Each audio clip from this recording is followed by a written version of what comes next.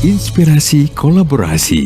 Kita sama-sama bahu-membahu ya yang kita harapkan. KBC mau hadir sebagai tempat untuk bersama-sama bergandengan tangan bahwa kita itu hadir ke dalam para penderita COVID-19. Hati yang peduli. Yaitu apa? Grow in care. Kita mulai peduli kepada sesama. Ya mulai dari lingkaran kecil dulu ya. Yuk kita lakukan 5M ya. Kita memakai masker, mencuci tangan, menjauhi kerumunan, ya kita menjaga jarak, ya kita terus membatasi mobilitas. Mendukung pemerintah. Saya himbau tentang vaksin, antrilah yang tertib, tidak usah khawatir, dan nggak usah milih-milih. Pemerintah itu telah memeriksa lah dari penelitian-penelitian, lalu dari kasus di negara lain, mana yang aman. Melayani sesama yang terpapar. Dua hal yang kita bisa lakukan, yaitu pertama pendampingan buat teman-teman KBC yang sedang sakit atau mereka yang lagi isoman. Kedua adalah kurasi data, informasi yang dikurasi, karena banyak sekali informasi yang ternyata tidak update atau bisa jadi hoax. Selama kita punya hati untuk menolong dan selama kita mematuhi semuanya, segala sesuatunya justru akan ada banyak jiwa yang terselamatkan. Hanya dengan kasih dalam berbagi. Mari kita sama-sama tabur benih kasih sebanyak-banyaknya. Sehingga kasih Tuhan itu bisa tumbuh di setiap hati orang yang pernah merasakan sentuhan kasih kita. Bagaimana Anda bisa membangun imanmu di dalam Tuhan, dan percayalah kita akan melewati bersama-sama masa yang sulit ini. Untuk negeri bersama kita pasti bisa. Hari Rabu 21 Juli 2021 pukul 19 waktu Indonesia Barat hanya di Rise Podcast Kingdom Business Community. We podcast with heart.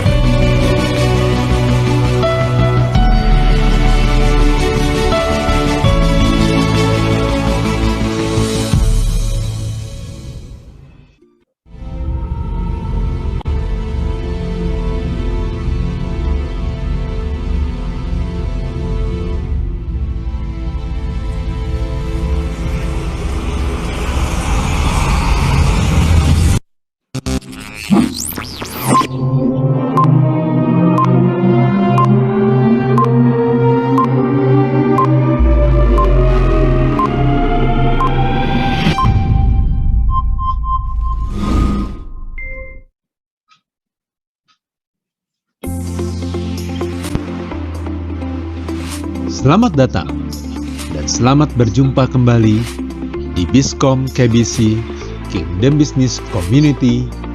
Wow, menarik. Kami senang dan menyambut hangat kedatangan kawan-kawan KBC di acara ini. Business Community yang disingkat dan kita kenal dengan sebutan Biskom adalah sebuah program yang dimaksudkan sebagai program follow-up yang sifatnya gratis pasca kawan-kawan mengikuti Camp KBC. Dengan demikian, menjaga Anda agar tetap tumbuh dalam keahlian, bisnis dan pekerjaan yang berpusatkan pada Tuhan. Jadi, Biskom adalah sebuah komunitas orang-orang yang rindu untuk hidup benar dalam menjalankan bisnis dan pekerjaannya di marketplace.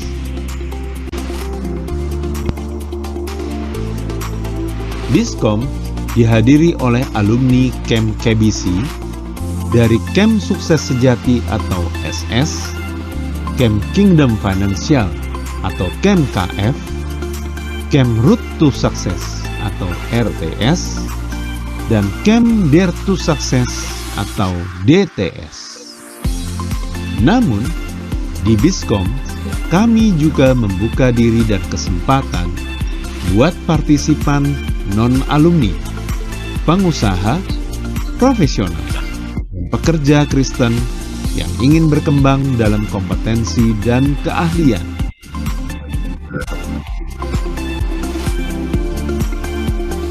Visi dan misi Kingdom Business Community adalah visi menjadi komunitas dunia usaha dan kerja yang berpusatkan pada Tuhan. Misi membangun komunitas bisnis kerajaan Allah yang bertumbuh dalam kebenaran, bertumbuh dalam keahlian, bertumbuh dalam kepedulian. menjunjung tinggi glory value. Kepanjangan dari G, God Center, berpusatkan pada Tuhan. L, loyal to process, belajar setia pada proses. O, obedient to truth, berani melakukan kebenaran. R, real spirit of excellence, berikan yang terbaik. Y, yielding rights, berkorban untuk orang lain. Demikianlah pengantar Biskom kali ini. Bersiaplah untuk bersama-sama kita belajar, bertumbuh bersama dalam kebenaran, keahlian, dan kepedulian. Selamat berbiskom. Ya, selamat malam teman-teman semua. Saya menyapa dari tempat saya, dari rumah saya, pada teman-teman semua di manapun Anda berada saat ini. Apa kabar semuanya? Silahkan melambaikan tangan semuanya di layar walaupun semua lagi di mute. Dan mungkin juga video lagi dimatikan, silahkan melambaikan tangan. Oke, puji Tuhan. Yes, terima kasih. Ya, walaupun semua pada hari-hari ini tidak baik-baik saja, tapi saya yakin bahwa Bapak Ibu semua yang ada di ruang room Zoom pada saat ini semua dalam keadaan baik dan sehat pastinya. Namun jika ada di antara kerabat atau keluarga kita yang saat ini sedang sakit atau sedang terpapar, kami semua berdoa dan mendoakan untuk kesembuhan dan kebaikan bagi para sahabat dan keluarga masing-masing. Teman-teman, senang sekali saat ini kita bisa berjumpa kembali dan kita hari ini akan berbicara banyak, mengupas banyak tentang satu topik yang sangat menarik dan hangat pada beberapa hari belakangan ini. Ya. Namun sebelumnya kita akan mohon pimpinan Tuhan dulu untuk memulai acara ini, dan saya tadi melihat di layar ada Pak Handi Wuryanto hadir. Mohon kesediaannya Pak Handi untuk memimpin kita semua untuk berdoa memulai acara pada malam hari ini. Silakan Pak Handi.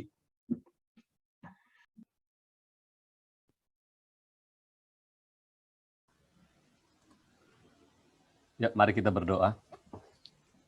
Bapak, terima kasih Tuhan buat malam hari ini kami boleh kembali berkumpul untuk acara Biskom Bapak. Biarlah semua waktu ke depan Tuhan kami serahkan kepada Engkau, pimpinan Engkau Tuhan. Biarlah apa yang di-sharingkan nanti oleh Dr. Ina menambah sebuah wawasan baru bagaimana kami belajar mengenal lebih lagi Tuhan mengenai semua prosedur untuk COVID ini di dalam keluarga kami Bapak.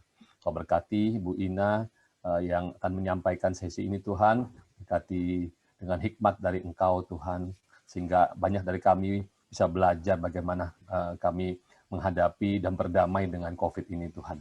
Terima kasih, kami serahkan acara ke depan, hanya dalam nama Tuhan Yesus kami berdoa dan mengucap syukur. Amin. Amin, haleluya. Terima kasih Pak Handi. Baik, kita akan mencoba memperhatikan beberapa pengumuman terlebih dahulu sambil kita menunggu juga teman-teman yang lain untuk masuk. Karena menurut catatan kami pada saat ini ada sekitar 70 orang yang sudah terdaftar untuk mengikuti acara ini. Silakan. Oke, teman-teman, mohon kesediaannya untuk nanti merename namanya di masing-masing layar teman-teman untuk mengganti dan sesuai dengan seperti di layar pada saat ini untuk menyesuaikan dengan kode areanya masing-masing. Karena nanti setelah ini kita akan berbagi, akan masuk ke ruangan break room, ya, ke break room untuk bersama-sama nanti kita berdoa di sana. Jadi silahkan mengganti namanya, merename namanya di depannya untuk dituliskan grupnya, ya, seperti yang saya lakukan sekarang ini. Saya dari Pakuan City, saya berbiskom di sana, maka di depannya saya harus tambahkan 007. Seperti itu. Ada teman-teman juga operator yang akan membantu teman-teman jika teman-teman kesulitan untuk merename namanya, ya. Oke, next. Ya, di KBC, terutama di wilayah Jatim, saat ini kita juga punya grup relawan KBC yang membackup ya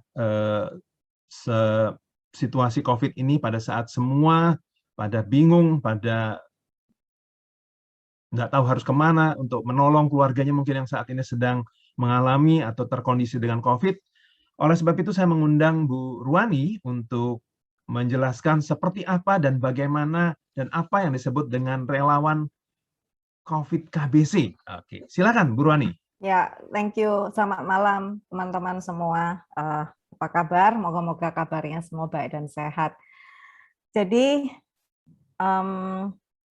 kira-kira mungkin 2 minggu yang lalu ya, 1 hari Minggu yang indah loh, kan jadi panjang ya ngomongnya. Enggak, kita sebenarnya terinspirasi oleh materi dari KBC Jogja yang waktu itu di-share ke grup begitu. Lalu kita juga menyadari bahwa ada kebutuhan yang perlu kita bantu teman-teman kita yang di KBC yang mungkin mereka terpapar tapi nggak punya nggak punya resources untuk bisa berobat atau bisa ngapain gitu. Kalau saya terpapar terus ngapain? Karena pada waktu itu, nggak tahu yang sekarang, tapi saya kira sekarang juga masih sama padatnya. Pada waktu itu kan puskesmas di Surabaya belum dibuka ya 24 jam. Jadi ada banyak sekali keterbatasan, sehingga kemudian kita akhirnya memutuskan untuk bikin satu bentuk relawan yang sesuai sama yang resources yang kita punya. Karena terus terang ya kita juga nggak terlalu punya banyak resources yang gimana-gimana begitu. Akhirnya kita putuskan untuk melakukan 2 hal ini sebagai relawan. Jadi kalau nanti teman-teman ingin bergabung menjadi relawan, silakan kontak hotline-nya yang di bawah itu 085230456789 untuk mendaftarkan. Apa sih sebetulnya dilakukan oleh relawan? Yang pertama adalah pendampingan melalui WA atau telepon kepada teman-teman kita yang terpapar yang nanti akan dibagikan tugasnya oleh sekretariat. Jadi siapa yang mendampingi siapa begitu ya. Terus yang kedua adalah kurasi informasi. Jadi kalau teman-teman relawan bersedia menjadi relawan, kita akan masukkan satu grup di mana di grup itu kita akan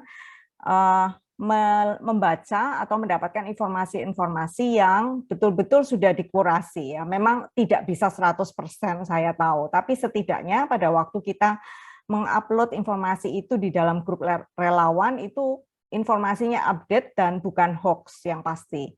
Jadi itu yang kita jaga benar supaya informasi yang kita dapatkan dari grup relawan itu bisa dibagikan kepada teman-teman dan memang ada gitu ya. Jadi terutama beberapa waktu yang lalu itu kan kayak oksigen, obat, hal-hal itu yang pada waktu itu pemerintah belum turunkan ya melalui puskesmas maupun yang sekarang ada di Dinas Kesehatan.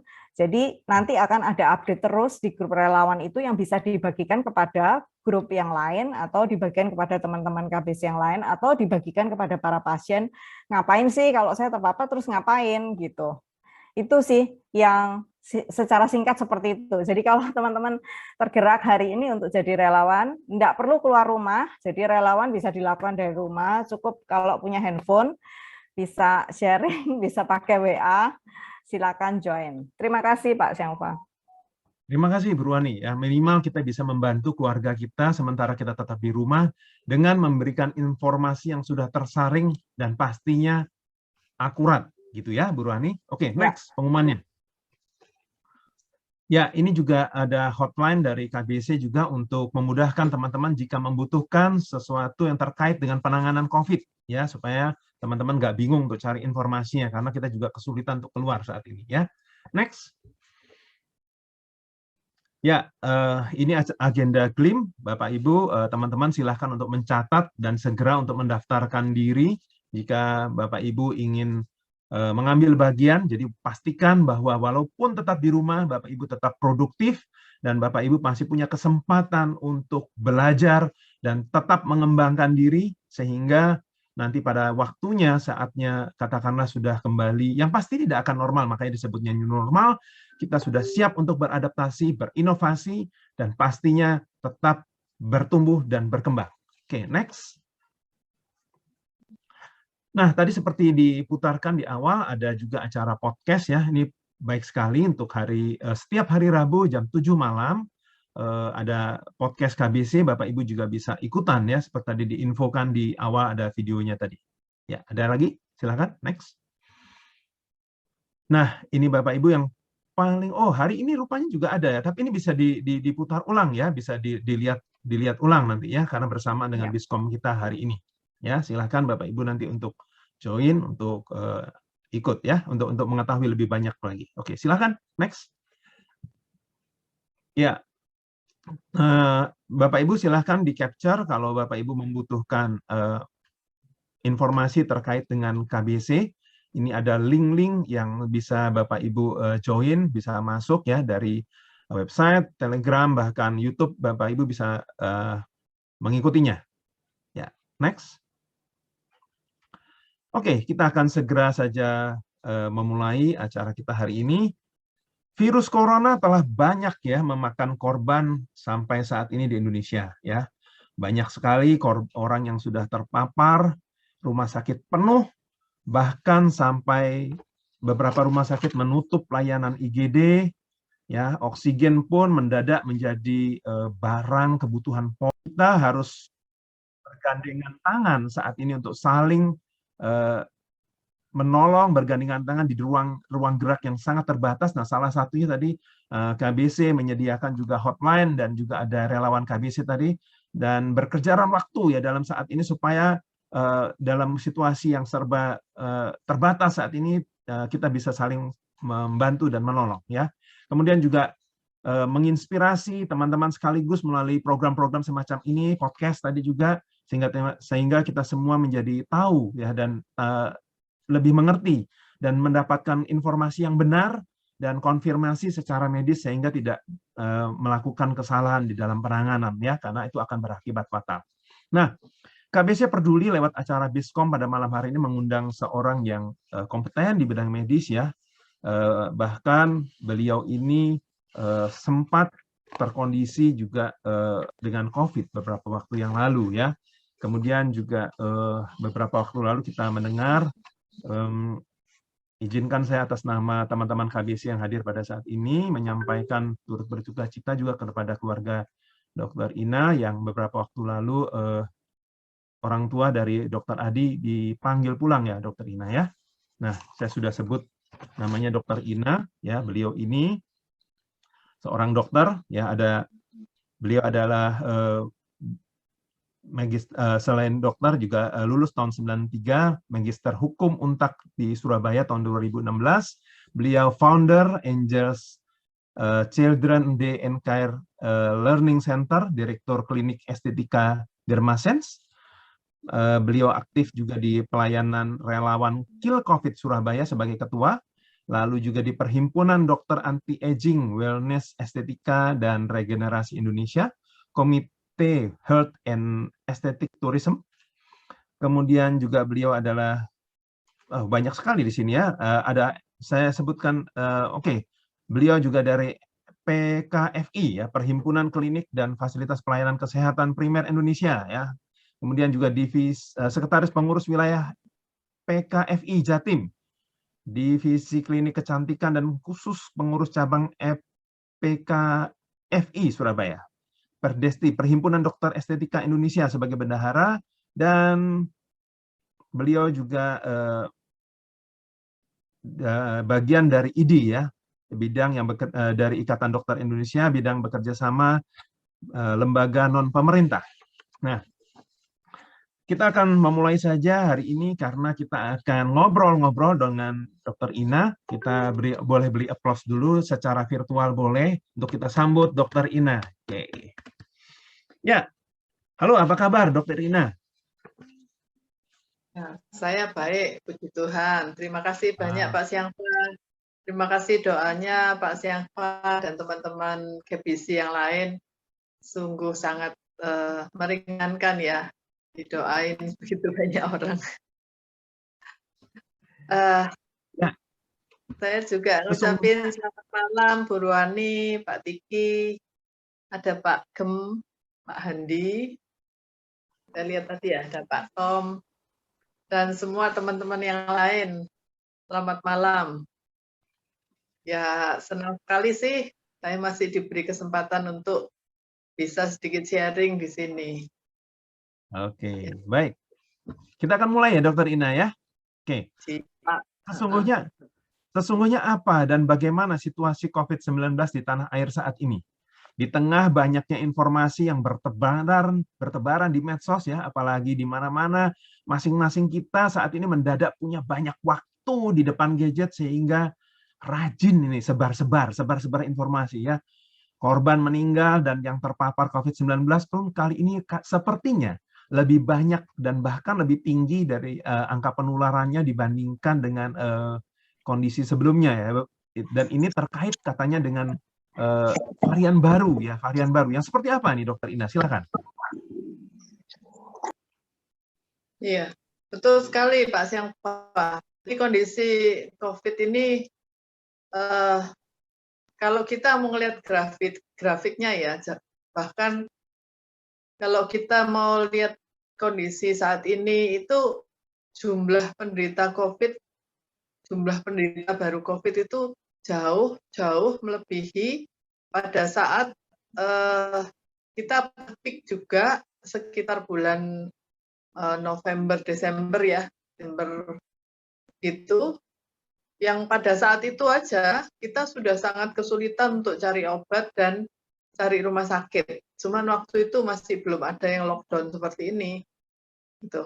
Nah, itu aja mungkin sekitar sekian belas ribu ya.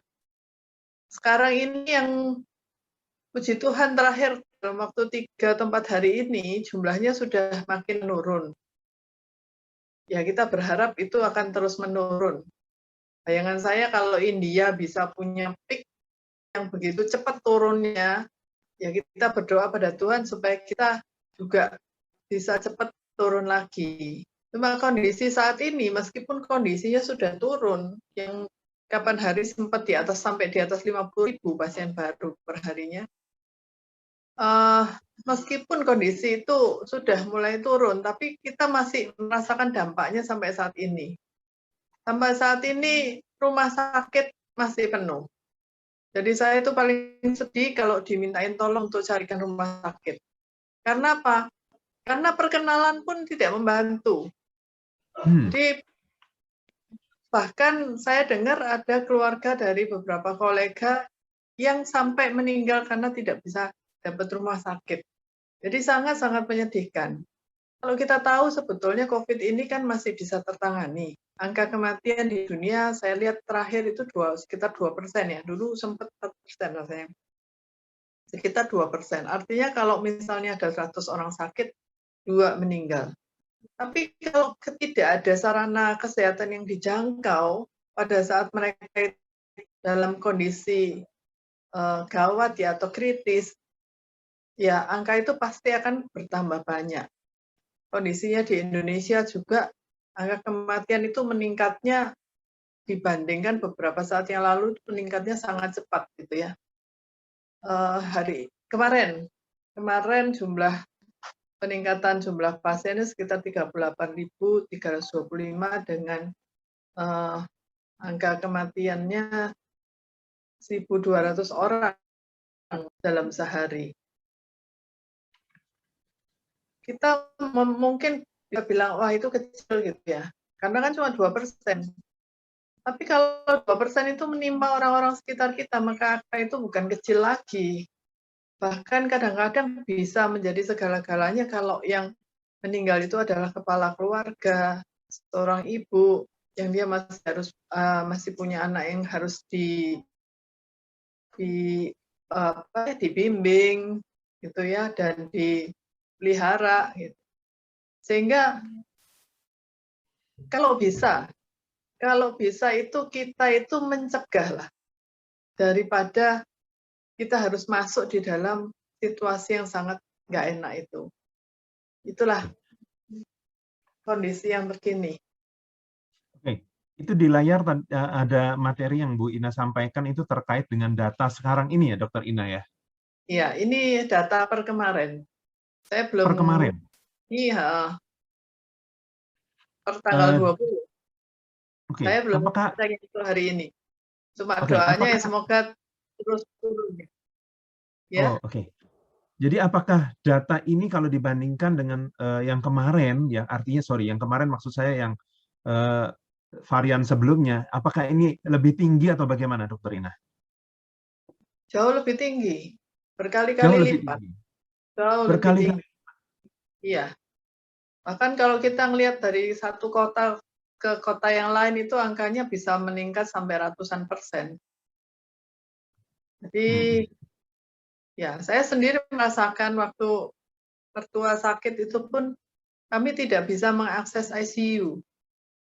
Jadi meskipun kurang kenal apa dengan direkturnya, kurang baik apa, tapi tetap tidak. Lah terus siapa yang mau dicabut? ICU-nya kepakai semua. Ya akhirnya ya kita nggak bisa, nggak dapat gitu ya. Dan sedihnya lagi, pasien COVID itu kalau sudah masuk ICU apa itu lama. Nggak usah masuk ICU lah, masuk ruang isolasi aja kan dia lama. Isoman aja 10 hari. Bisa dibayangkan berapa lama dia harus ada di rumah sakit dengan kondisinya itu. Itulah juga maka kenapa kalau di asrama haji, kemudian rumah sakit lapangan juga itu meskipun kadang-kadang PCR-nya itu masih positif, tapi pasiennya dipulangkan. Kalau dilihat sudah tidak berbahaya, kondisinya sudah kelihatan membaik, pasiennya dipulangkan. Seringkali banyak orang ngomel, loh ini saya kan masih nular di rumah. Ya apa boleh buat, karena lebih banyak orang lagi yang membutuhkan sarana kesehatannya, membutuhkan oksigennya dan sebagainya. Ini saya nggak nakut-nakuti, tapi kenyataannya ada juga tidak semua pasien yang sampai yang baru ini kan lapangan tembak kan, nggak semua pasien sampai di sana itu bisa mengakses oksigen loh. Oksigen. Teman saya kemarin meninggal di sana juga. Jadi jangan dibayangkan bahwa kita itu bisa mendapat fasilitas kesehatan yang seperti pada saat kondisi normal itu. Sehingga ayo kita harus secepat-cepatnya kita jaga diri, secepat-cepatnya kita jaga lingkungan kita. Nah kondisi sekarang menjadi sangat sulit. Kenapa? Karena kita nggak tahu virusnya di mana. Kita nggak tahu orang yang ketemu sama kita itu sakit atau enggak. Kalau dulu mungkin ya, kalau kelihatan sehat-sehat kita bisa menduga dia cukup sehat gitu ya.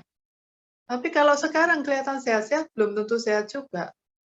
Dan lebih menakutkan lagi karena virusnya ini sudah bermutasi dan diperkirakan yang masuk sekarang di sini kan virus dari varian Delta. Varian Delta yang banyak. Yang angka penyebarannya tinggi. Oke. Dengan begitu dianggap tinggi. Saya mempertanyakan karena banyak kali kalau pasien atau teman-teman yang sakit itu begitu dari awal mereka sudah menjaga dirinya, itu mereka baik-baik aja sampai sembuh gitu loh. Jadi pertanyaannya apakah peningkatan kematian ini apakah karena virusnya atau karena kita nggak bisa mengakses sarana kesehatannya itu. Tapi yang jelas memang angka kematiannya meningkat sehingga dianggap virus ini lebih ganas gitu. Ya, jadi ini bukan maksud dari Dokter Ina untuk nakut-nakut kita, tapi menjadikan kita semakin lebih aware ya. Jadi gitu Dokter Ina ya. Jadi kita lebih hati-hati dan lebih waspada karena ini adalah kondisi yang sebenarnya dan inilah keadaan yang sedang terjadi saat ini. Begitu ya Dokter Ina ya. Betul. Nah, maksud saya juga di sini saya tahu kalau yang ada di sini sih pasti sudah aware ya. Tapi mungkin kita perlu sedikit diberi semangat untuk memberitahu lingkungan kita untuk lebih berani dalam menegur orang-orang misalnya yang tidak bermasker atau lebih berani untuk memberitahu misalnya kita ngelihat ada orang yang berkumpul-kumpul, bergerombol-gerombol begitu. Oke. Kenapa? Kalau tadi Bu Dokter Ina menyebutkan masker. Masker ini adalah sebuah kewajiban ya Bu Ina ya dokter. Di saat ini ya, sebuah kebutuhan yang wajib dan dikenakan ya. Namun sebetulnya bagaimana sih menggunakan masker yang tepat dan yang benar gitu ya dalam penggunaannya sehingga kita bisa terhindar dari paparan COVID-19 ini, terkait juga dengan tadi yang disebutkan varian Delta. Seperti apa? Penularannya seperti apa ya? Kalau waktu lalu kita cukup dengan pakai satu masker bedah, tapi sekarang harus rangkap. Nah, kenapa harus dilakukan dan apa fungsinya untuk itu? Mungkin bisa dijelaskan, Dokter Ina. Ya, kita ketahui ternyata dari riset, dari penelitian itu bahwa penggunaan satu masker medis itu masih tidak terlalu bisa melindungi. Karena kalau kita lihat sebetulnya masker medis itu hanya melindungi sekitar 56% ya, 56%, sehingga untuk meningkatkan filtrasinya, untuk meningkatkan daya lindungnya, kita harus menambahkan masker yang lain. Nah, pertanyaannya, kenapa kok justru masker kain ya, itu yang dianjurkan untuk ditambahkan? Itu karena masker kain relatif lebih murah, dan yang kedua adalah kalau kita pakai masker medis, sorry, saya lupa nyediain maskernya, sebentar.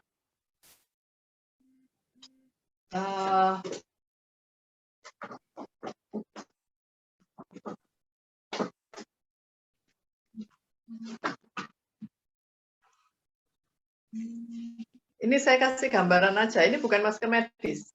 Cuma kalau kita pakai masker medis, itu biasanya kita lihat samping-samping kanan kiri ini terbuka.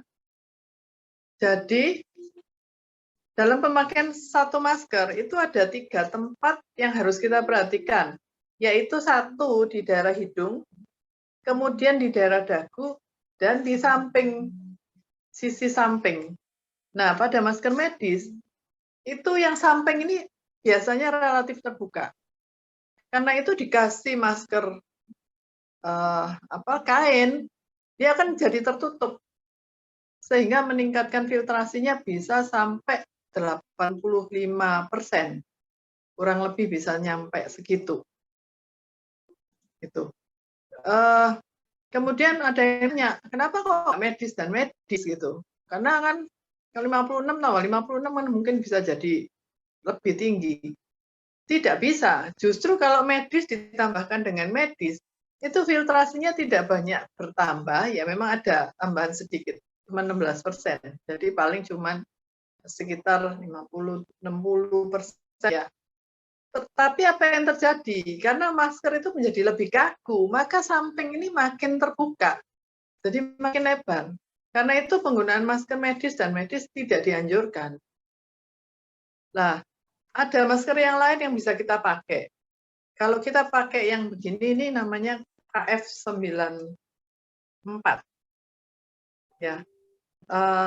Sebetulnya KF itu singkatan dari Korean Filter. 9. Kalau kita kok ada sih N95, KN95, KF94. 95-94 itu menunjukkan nilai filtrasinya. Jadi memang betul penggunaan N95 itu filtrasinya jauh lebih tinggi dibanding kalau kita pakai masker medis, meskipun medis dan kain. Karena itulah kalau sudah di sarana kesehatan, yang dipakai adalah masker N95. Demikian juga saya nyarankan teman-teman kalau misalnya banyak akses, misalnya ada keluarga yang sakit, dan kita banyak akses ke rumah sakit, sebaiknya pada saat kita ada di lingkungan rumah sakit, kita ke sana dengan menggunakan masker N95. Gitu ya. Tapi kalau untuk sehari-hari, ya nggak perlu pakai itu. Karena 1, masker itu lebih langka, kedua juga harganya jauh lebih mahal. Gitu. Baik. Ketidakpatuhan pada prokes pasca musim mudik tahun 2021 ini Bu ya, ternyata harus dibayar mahal ya. Berkerumun, tidak menjaga jarak, lalu bagaimana sih sebenarnya apa sih pentingnya menjaga jarak ya? Seperti apa dan bagaimana sehingga terhindar dari paparan COVID ya? Terutama jika kita berada di ruangan tertutup ber-AC ya. Beberapa hari yang lalu juga tetangga saya dia terpapar ya. Selama ini kami olahraga bareng gitu, jalan pagi setiap berapa hari yang lalu dia terpapar. Nah, ngobrol-ngobrol katanya karena dia pada saat itu meeting lalu ada makan bersama, makan kan harus buka masker, dan itu yang terjadi menurut dia sehingga dia terpapar. Seperti apa sebenarnya? Apalagi kalau di ruangan tertutup dengan jaga jarak itu, Dokter Ina. Iya. Silakan.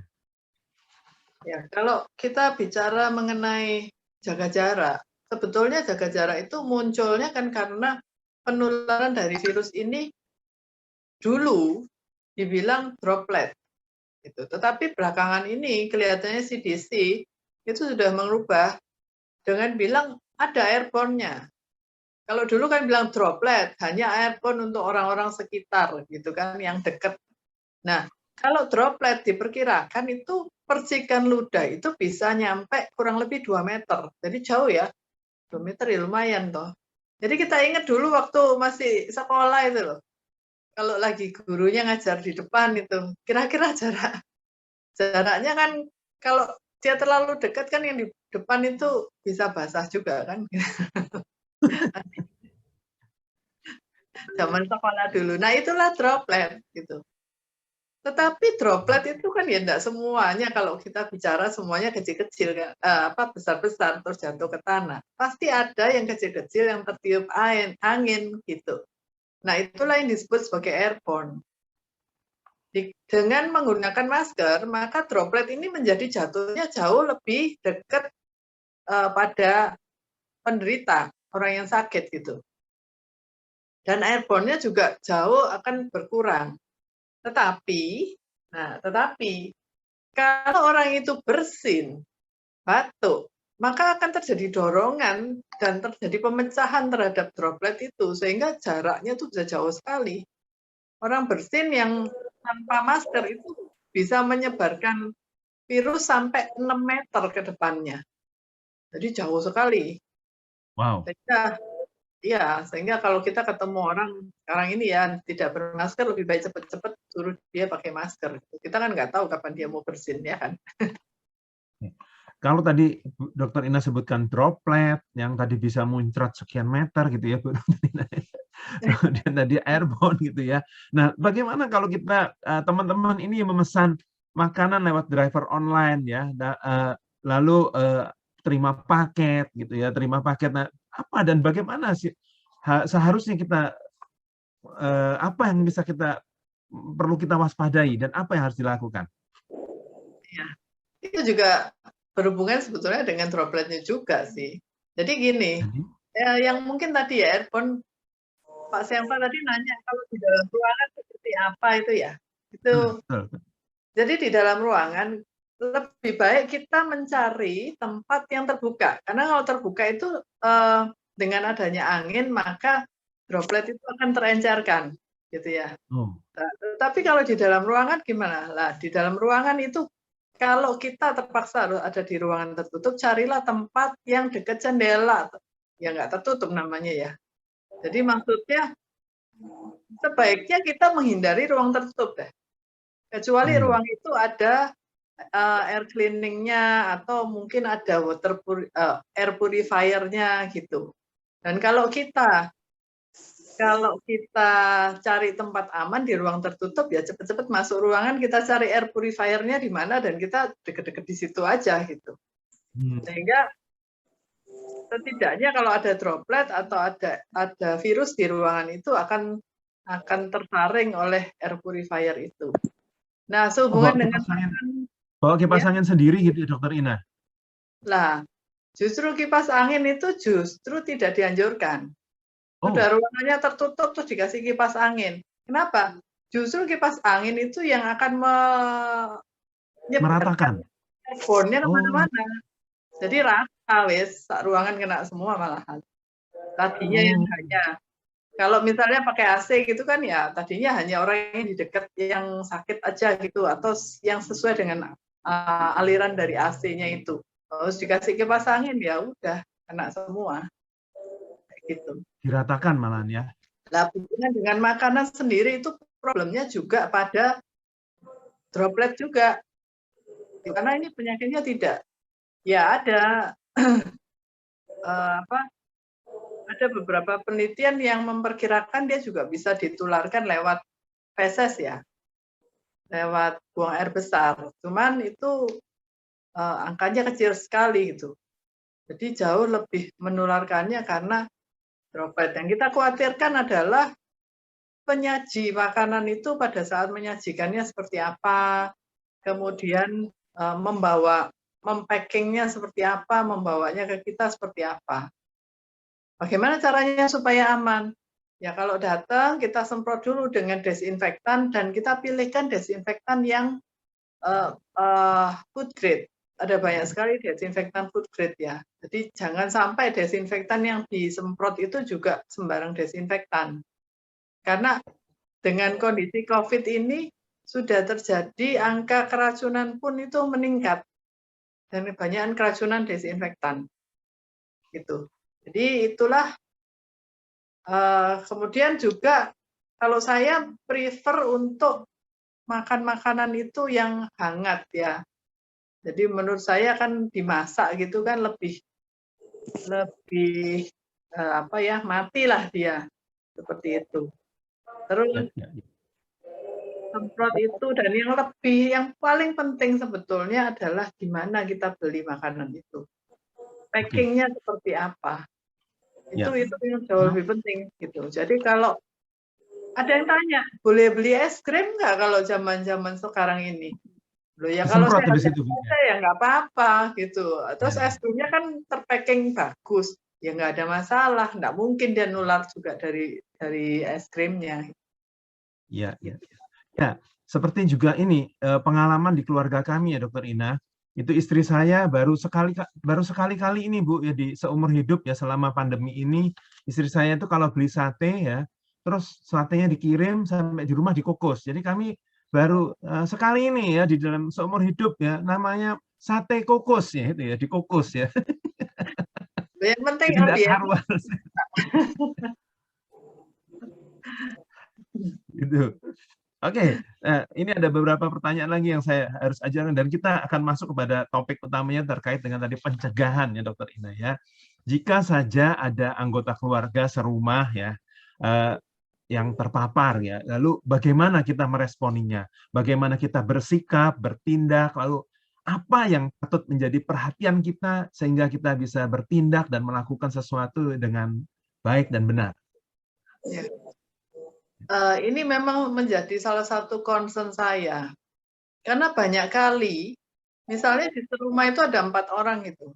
Kemudian yang sakit 2 orang, yang sakitnya agak sembuh, yang lainnya ketularan. Dan itu banyak sekali di rumah. Ya. Perkiraannya adalah karena penerapan protokol kesehatan di rumah yang kurang gitu ya. Dalam artian kalau kita tahu ada satu anggota keluarga itu sakit, maka dia harus isoman, itu artinya dia terisolasi. Bukan terus dia masuk di dalam dikasih kamar khusus, tapi paginya dia keluyuran kemana-mana, makan di meja makan yang sama, kemudian nonton TV di tempat yang sama, itu bukan isoman itu. Ya. Jadi harusnya begitu ada satu keluarga yang sakit, kita harus sudah memberi pemisahan antara tempat yang infeksius dengan tempat yang bersih.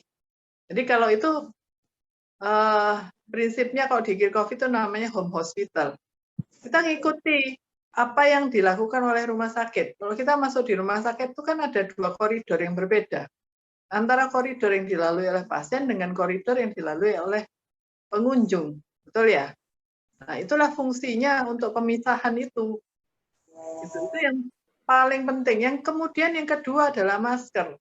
Masker yang dipakai sekarang, kalau ada orang sakit tidak bisa masker satu, tidak bisa hanya masker medis saja, tapi harus maskernya rangkap.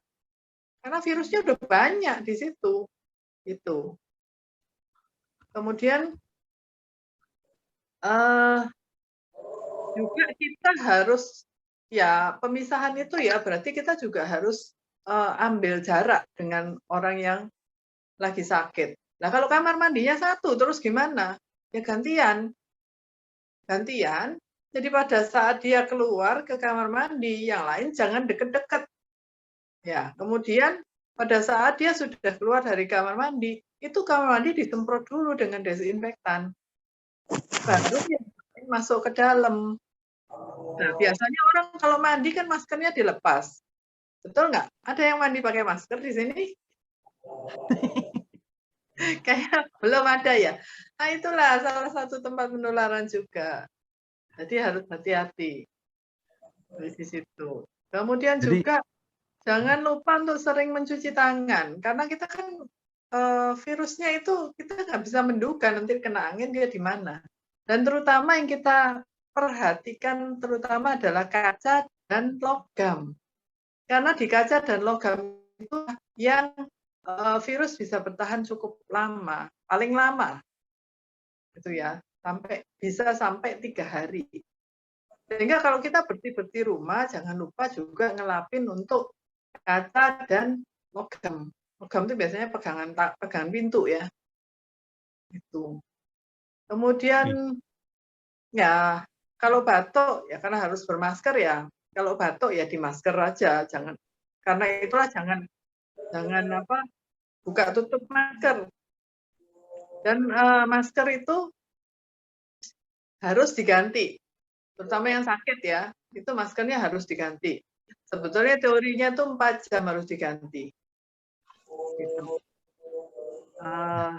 Selain itu, apalagi kita harus menyediakan obat-obatan dan bagi orang yang merawat itu pun dia harus gini, kalau mau ke tempat yang infeksius itu, ya mungkin bantu untuk bersihkan ruangan atau itu harus masker, harus pakai APD.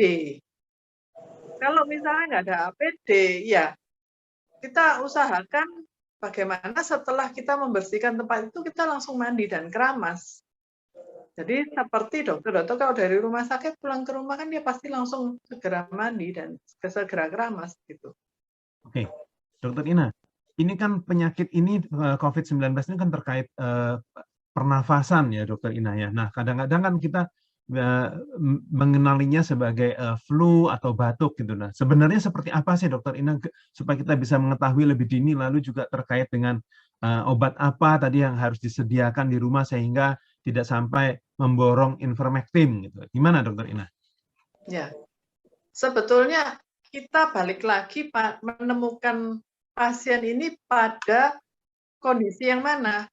Pada kondisi dia OTG, pada kondisi dia ringan, sedang atau berat. Sebetulnya untuk OTG dan ringan itu dia nggak perlu obat antibiotik, nggak perlu apalagi antivirus. Dia cukup istirahat dengan vitamin, kemudian jaga asupan gizinya, makan banyak protein, kemudian kalau masih OTG boleh olahraga ringan supaya lebih bagus kondisinya. Kalau yang ringan-ringan, kalau masih mau olahraga ringan ya masih boleh, tapi saya lebih menganjurkan kalau mau olahraga pun nggak usah macam-macam, lebih baik latihan olahraga nafas, latihan pernafasan. Ada banyak macam itu latihan pernafasan. Yang suka tai chi juga boleh tai chi, itu termasuk salah satu juga itu. Kemudian vitamin tentunya dan banyak minum. Ya seperti itu. Tapi kalau memang kita sudah pada yang sedang, kita harus sudah mulai menambahkan antivirus dan antibiotik. Tetapi kalau ngasih obat itu hati-hati ya, karena kalau baca dari dari medsos kemudian ngasih obat-obat sendiri itu ya, menurut saya ya nggak tepat ya. Karena seringkali saya menjumpai banyak sekali orang-orang pada gejala awal dia sudah makan dexamethasone. Padahal penggunaan dexamethasone pada orang-orang dengan gejala awal itu justru akan menurunkan imunitas. Memudahkan karena imunitas turun ya, memudahkan virusnya untuk lebih berkembang biak. Itu obat itu sebetulnya lebih tepat digunakan sebagai anti radang. Kalau kita sudah mulai ngelihat, waduh ini kayaknya CRP-nya bakalan naik atau panasnya nggak turun-turun, itu baru kita tambahkan di sana supaya proses radangnya cepat berkurang. Jadi bukan untuk obat awal gitu. Tadi selain obat juga vitamin tetap harus memperhatikan anjuran dokter ya gitu, Dokter Ina. Iya, dan kita juga mesti perhatian kalau misalnya saturasi terutama, pegangan kita itu lebih di suhu dan saturasi. Kalau saturasi sudah mulai turun dari 95, itu kita mulai harus sediakan oksigen atau cari rumah sakit. Sudah. Sekarang sudah ada beberapa rumah sakit yang bisa diantri. Jadi ada waiting list-nya begitu. Ya, ya. Baik, Dokter Ina, ini menarik sekali. Sebetulnya saya ingin menggali lebih banyak lagi dari Dokter Ina. Tapi kita terbatas waktunya, dan saya ingin pada pertanyaan terakhir sebelum nanti kita masuk juga pada sesi tanya jawab. Teman-teman jangan buru-buru tinggalkan ruangan ini karena kita nanti akan masuk ke break room, lalu kita akan adakan tanya jawab.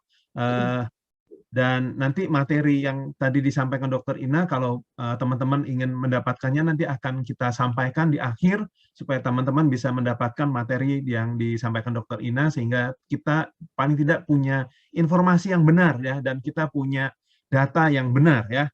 Oke, pertanyaan saya yang terakhir buat Dokter Ina sebelum kita semua masuk ke break room ya. Bagaimana jika keadaan mengharuskan kita harus menjemput atau mengantarkan anggota keluarga atau orang lain ke rumah sakit, namun supaya tetap aman tanpa merasa takut tertular. Nah, ini penting nih, ya. Kalau ada yang ketularan, kalau kita diemin kan juga nggak benar ya, Dokter Ina. Tapi kalau dianterin ya serem juga gitu ya. Gimana, Dokter Ina? Ya susah. Kalau dengan mobil, ini saya ceritanya dengan mobil dulu ya. Kalau dengan mobil,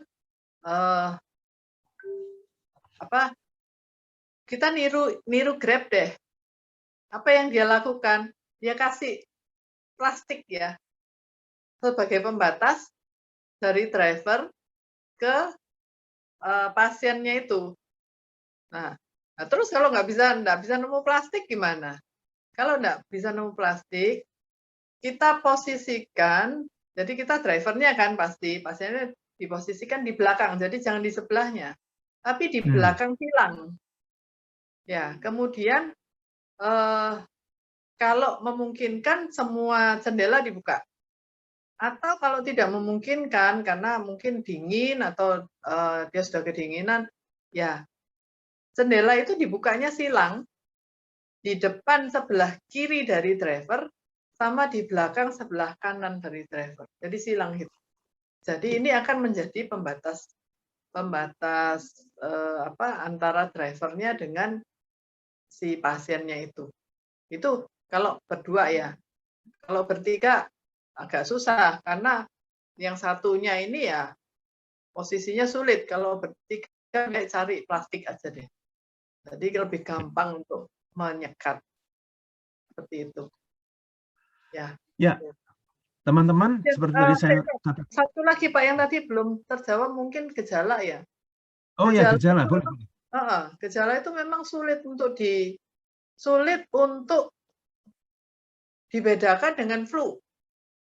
Ya, ya mirip-mirip sama flu. Tetapi varian Delta ini punya gejala yang lebih banyak ke perut. Jadi lebih banyak pasien yang mengeluh diare. Ya. Tapi kita juga harus hati-hati pada orang tua. Kadang-kadang orang tua itu yang nggak batuk, yang nggak pilek, tapi lemes. Dia merasa lemes dan badannya sakit-sakit semua. Hati-hati pada orang tua yang seperti itu. Sebaiknya kita sudah mulai waspada. Jadi ya gimana kita menyikapi ini? Nggak perlu terlalu takut. Ada juga orang yang sangat takut gitu sehingga begitu ada orang lewat di depan pagarnya batuk-batuk gitu dia sudah ribut masuk ke dalam rumah ya. Ya enggak perlu sampai segitunya gitu. Tapi kita tetap harus waspada. Makanya kita mesti banyak orang yang bilang, aduh, aku nggak mau dengerin tentang COVID lagi lah. Tambah lama tambah stres. Nah itu juga enggak 100% betul ya. Kita tetap harus mendengarkan, tetapi carilah sumber-sumber yang terpercaya, gitu ya. Sehingga kalau kita dapatnya dari sumber-sumber yang terpercaya itu kita nggak serem gitu loh. Tetapi kita terinformasi sehingga kita bisa menghindari. Contohnya seperti inilah. Kalau kita tahu bahwa salah satu dari gejalanya COVID itu sudah bukan melulu dari flu, tapi bisa juga diare, kita kan sudah ada alarmnya di sini. Kita udah mulai waspada kalau orang tua kita loh kok diare ya. Nah, maka kita kan lebih memperhatikan dia, kita cek juga saturasinya sehingga ini tidak sampai berkelanjutan udah ketahuan. Pengobatannya lebih gampang dan ya dia lebih mudah untuk sembuh. Ya, oke. Ya.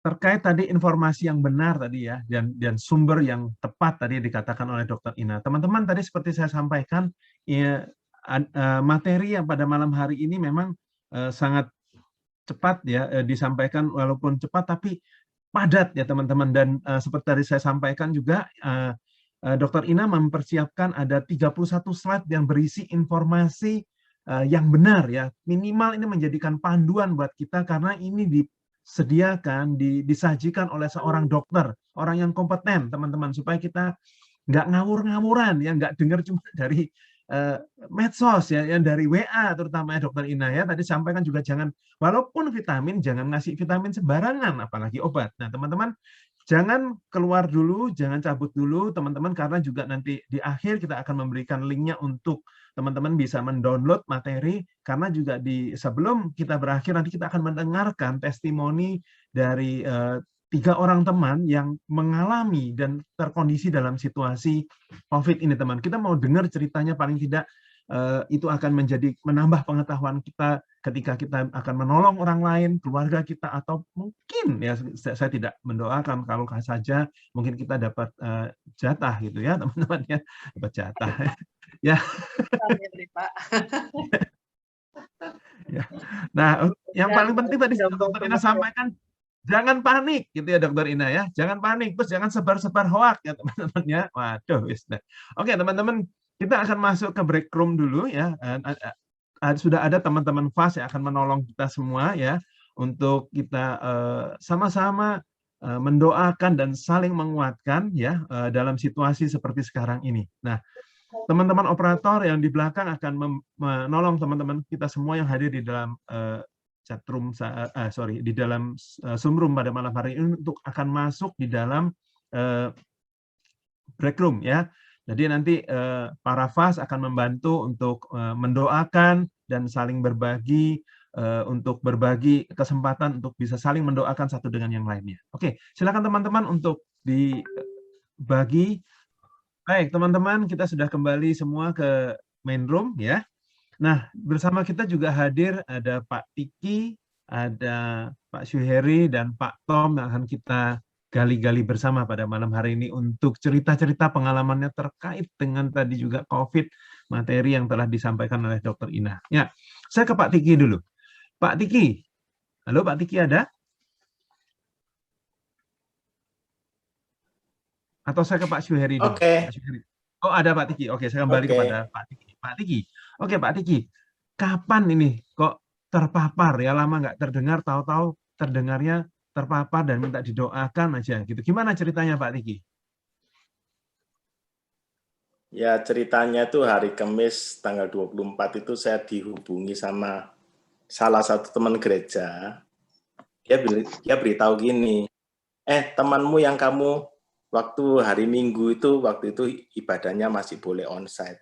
Hari Minggu tanggal 20 kamu kan makan-makan sama orang ini. Nah, orang ini tuh kemarin dia agak flu-flu, terus dia tes PCR dan hasilnya itu positif gitu. Nah, itu keluar PCR-nya itu hari Rabu. Nah, saya makan sama dia itu hari Minggu. Jadi teman gereja ini bilang, jadi kamu sebaiknya tes saja gitu. Jadi hari Kamis saya tes. Dan waktu saya tes, oh iya ya ternyata saya juga positif lah gitu. Ceritanya itu gitu. Coba lihat ya Pak Tiki. Coba deh, oh dia terpapar. Oh ya saya tiba ya positif. Iya. Tenang, enteng. Gitu. Terus ini menarik ini Pak Tiki. Terus. Ya, ini Nyantai salah jawabnya. satu. Ya oke, terus gimana Pak Tiki? Setelah tahu Iya. terpapar dan positif gimana Pak Tiki? Ya sudah, ya pulang aja terus ngontak teman-teman, minta didoakan ya karena saya ternyata hasil swabnya positif. Ya gitu aja gitu. Oh gitu. Ya, kita ya bilanglah juga sama Bapak di surga kan. Tuhan, ternyata kok saya positif Tuhan gitu. Oh, oke. Bukan positif Kuncinya apa nih hamil Pak ya, Tiki? positif. Kuncinya apa Pak Tiki? Ini tolong di-sharingkan ya supaya kita semua bisa belajar dari Pak Tiki ini ya. Supaya bisa tenang seperti itu. Oh, saya positif sambil tadi tersenyum itu luar biasa ya. Pada umumnya biasa panik. Wah, gitu. Gimana Pak Tiki, cerita dong itu Pak Tiki. Oh iya, kan kita ini kan hidup itu kan sudah di tangan Tuhan. Nah, terus kita itu juga harus punya pandangan itu sampai jauh, melebihi dari hidup kita yang di bumi ini. Jadi kan Tuhan bilang, kamu itu diciptakan untuk kekekalan. Betul kan? Jadi, toh satu saat kita itu akan kembali kepada Tuhan, ya kan? Nah, jadi ya tenang aja kan. Ngapain disusahkan gitu. Oh. Gitu.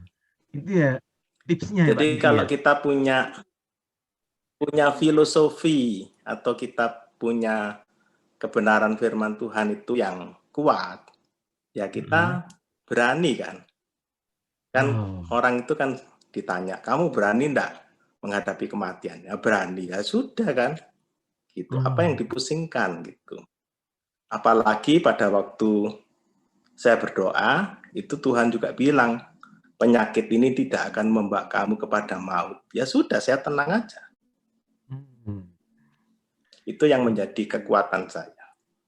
Iya, terima kasih. Ini sharingnya menarik Jadi sekali ya saya dari Pak tinggal. Tiki. Pendek, sederhana, tapi powerful. Yes, terima kasih Pak Tiki. Saya sekarang mau ke Pak Syuheri. Pak Syuheri. Luar biasa, sehat terus Pak Tiki. Oke. Yang panik ini Mulia sama ketawa Petri, semuanya. Siang Pak. Yang panik Mulia sama Petri. Iya. Betul. Tadi sharing tempat saya Mulia sama Petri panik. Enggak lah. Ya oke, saya ke Pak Syuheri sekarang. Pak Syuheri ada? Pak Syuheri? Ya. Halo, Pak Syuheri. Oke, Pak Syuheri. Nah, Pak Syuheri ini juga punya cerita ya terkait dengan COVID. Kapan persisnya terpaparnya ini? Di varian Delta atau varian yang sebelumnya? Varian sebelumnya, Alpha ya berarti. Varian sebelumnya. Varian Ya. apa itu? Alpha. Oke. Alpha. Terus gimana? Nah, gimana Saya ceritanya? terpaparnya itu tanggal 11 Januari ketika itu pas tahun baru lagi cari hotel kok mahal-mahal, nggak jadi saya ke Malang ke kuburan. Nah pulang dari kuburan itu istri saya beli alpukat, nggak ada yang pakai masker. Saya sudah bilang sama Susan, Li ini nggak ada yang pakai masker, kamu pakai masker. Betul pakai masker, tapi duitnya kan duit cash. Nah mungkin dari kemungkinan besar dari uang belanjaan itu terima uang ya mungkin dari situ kurang bersih, Susan megang hidung atau apa akhirnya terpapar pas pulang dari Malang, baru ada besoknya batuk-batuk, cuman saya pikir ya cuma batuk-batuk biasanya juga batuk. Nah kemudian parahnya pada waktu RPM, jadi kami masih sempat RPM sepeda statis di Celebrity Fitness. Nah kami masih sempat sepedaan. Pulang dari sepedaan itu Susan drop. Dari drop itu seperti apa ya? Udah gak bisa nafas gitu loh. Nah dari situ kita memberanikan diri, ayo kita periksa darah. Pertama yang periksa darah Susan dulu. Susan periksa darah kalau nggak salah hari Jumat. Besoknya mau periksa torak. Nah karena pengaruh dari paru-parunya itu kan pernafasannya terganggu. Saya nganggur-nganggur, saya pikir ya udahlah, saya juga nganggur, saya juga periksa virus itu. Nah, pas hari Minggunya itu kami masih mesong ke Adiasa sama Pak Ijen. Nah, hasilnya belum keluar. Kemudian saya minta tolong Pak Ijen untuk booking dokter kalau nggak salah, booking dokter untuk di rumah sakit. Nah, pada hari booking dokter, hasil tes swab-nya keluar. Ternyata saya positif. Nah, di situ saya baru tahu, oh ternyata saya positif dan lagi parah-parahnya. Sedangkan Susan udah mau sembuh karena udah 1 minggu. Saya yang lagi parah-parahnya, saya kaget sih, nggak nyangka kok bisa kena gitu loh. Pada saat lagi parah-parahnya, saya tahu kalau saya COVID, pulang dari rumah sakit itu saya langsung lemes mungkin karena faktor ini aja sih, mental aja. Jadi kaget, mental, ya takut, ya itu yang membuat saya sakit. Nah, Mestinya kayak Pak Diki tadi. Mesti tadi kayak Pak Diki. Oh, saya positif. Saya yang lebih lemes, Pak. Oke, Pak Syahri, tadi berarti yang terpapar itu pertama adalah Susan gitu ya? Baru Pak Syahri. Dari cerita Pak Syahri tadi ya, mungkin dari uangnya, lalu nggak pakai masker, ya, lalu apa yang kira-kira yang bisa Pak Syahri sharingkan pada kita semua dari pengalaman Pak Syahri sehingga akhirnya dapat bagian juga, dapat jatah juga ya dari Susan, lalu akhirnya Pak Syahri. Apa yang bisa disampaikan terkait pengalaman ya dari belanja apukat tadi juga, gimana kira-kira? Kalau di awal saya panik, terus terang saya panik, saya kaget, ya. Tapi ketika kita kan sering renungan ya, kalau hari Senin, Rabu, dan hari Sabtu kita ada mesbah dan juga dengarkan Philip Mantova. Nah, di situ kita dikuatkan, dan di situ mulai timbul dari nggak panik lagi. Jadi ada ketenangan, ada damai sejahtera bahwa COVID ini tidak membahayakan apabila kita nggak ada komorbid apa segala macam, dan kita udah jaga kesehatan, jaga makan. Saya yakin Tuhan pasti akan tolong, akan sembuhkan, kasih yang terbaik dalam kehidupan kami. Dan ya boleh dibilang kami melewati seminggu itu udah nggak ada rasa khawatir lagi ya. Yang paling saya rasakan yang sangat-sangat membantu sekali adalah support dari teman-teman di sekitar ya. Pertama ketika Susan tahu kena COVID itu ngubungi Dokter Ina ya di halo? Ya. Disupport oleh Dokter Ina secara telemedicine.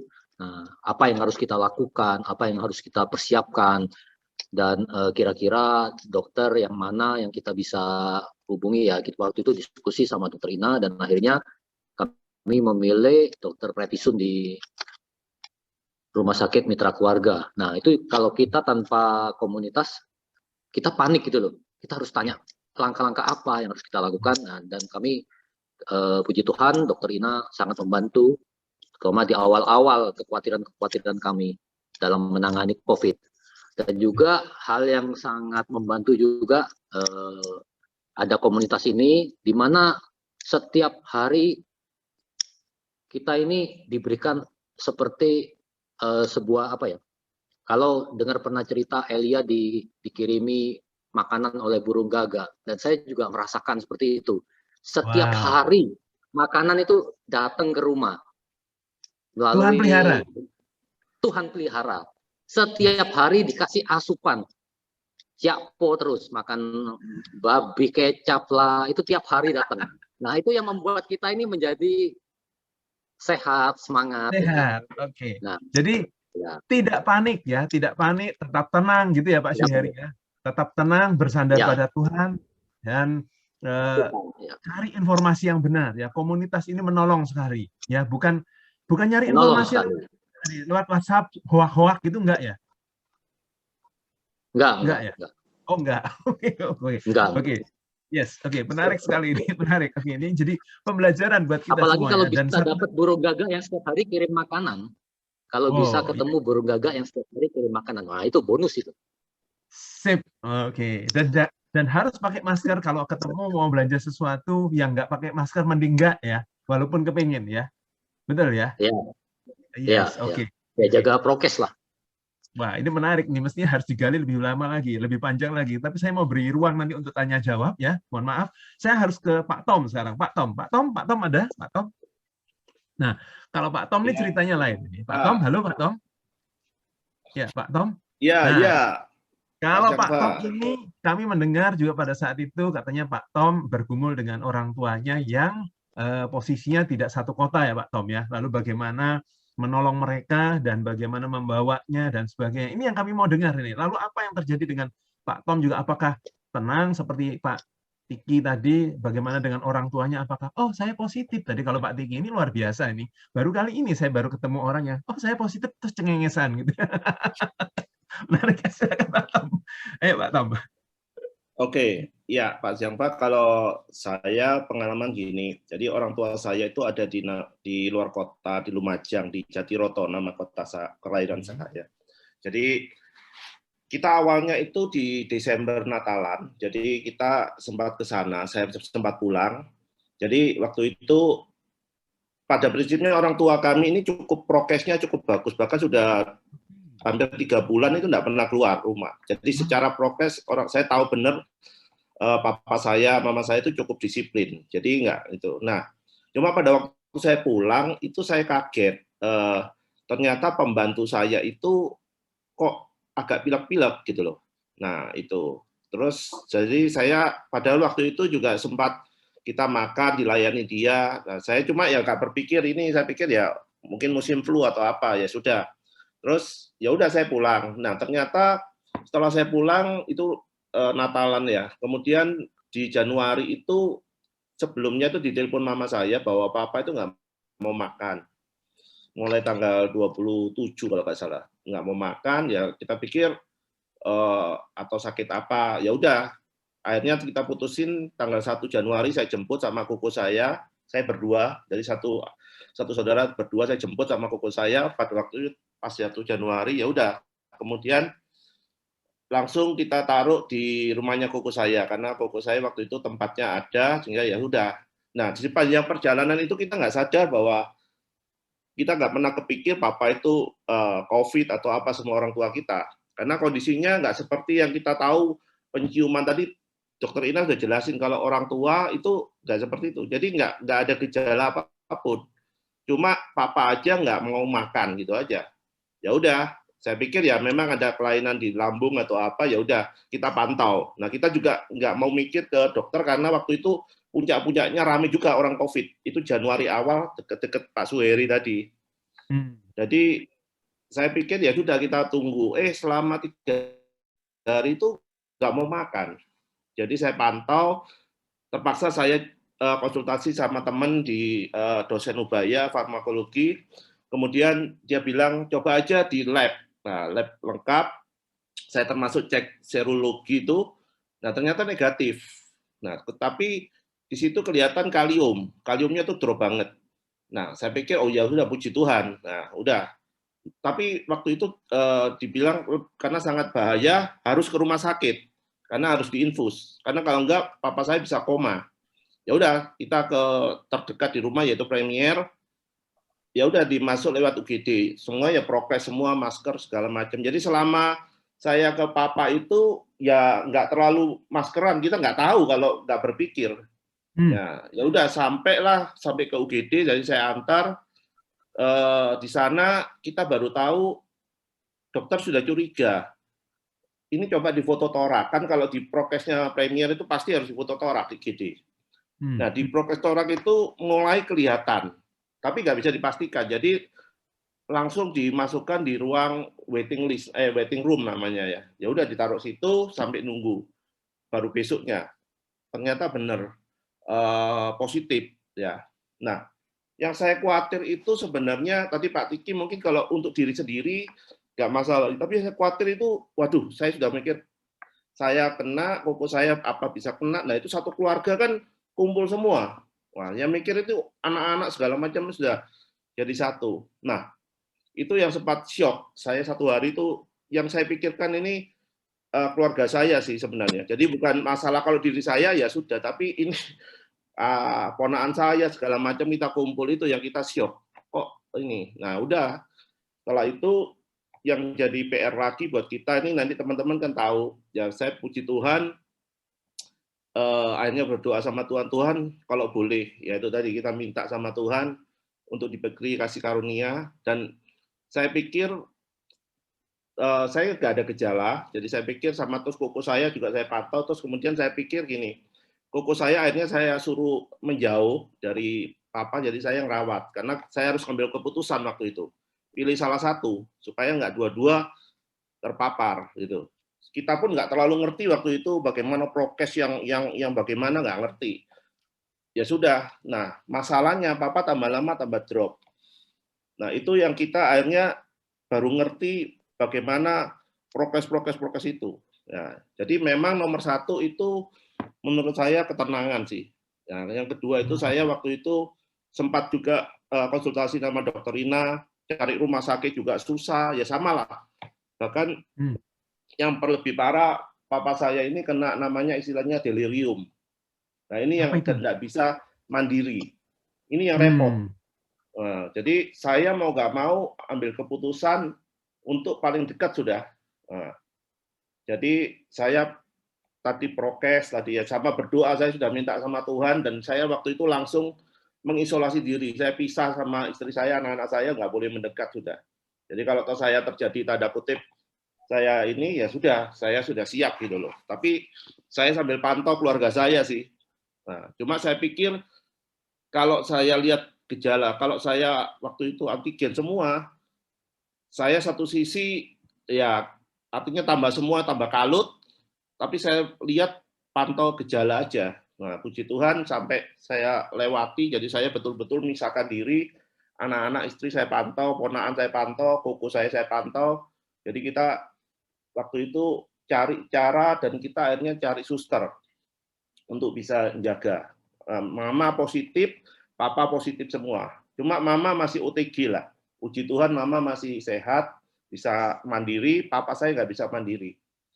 Dari rumah sakit itu saya harus nunggu benar bagaimana, ngerti benar. Antri rumah sakit itu kasih karunia. Nah jujur kalau nggak ada kenalan orang dalam, tadi dokter Ina sudah bilang, kita pun kenalan orang dalam itu antrinya masih antri. Tapi puji Tuhan kalau ada kenalan orang dalam. Kalau enggak tambah repot lagi. Gitu. Jadi kita antri, ini yang keluar apa enggak, ya memang nggak bisa mengeluarin, tapi paling enggak itu yang terjadi. Dan di UGD saya sudah seperti tadi itu, dibilang takut ya takut, tapi sudah nggak ada pilihan.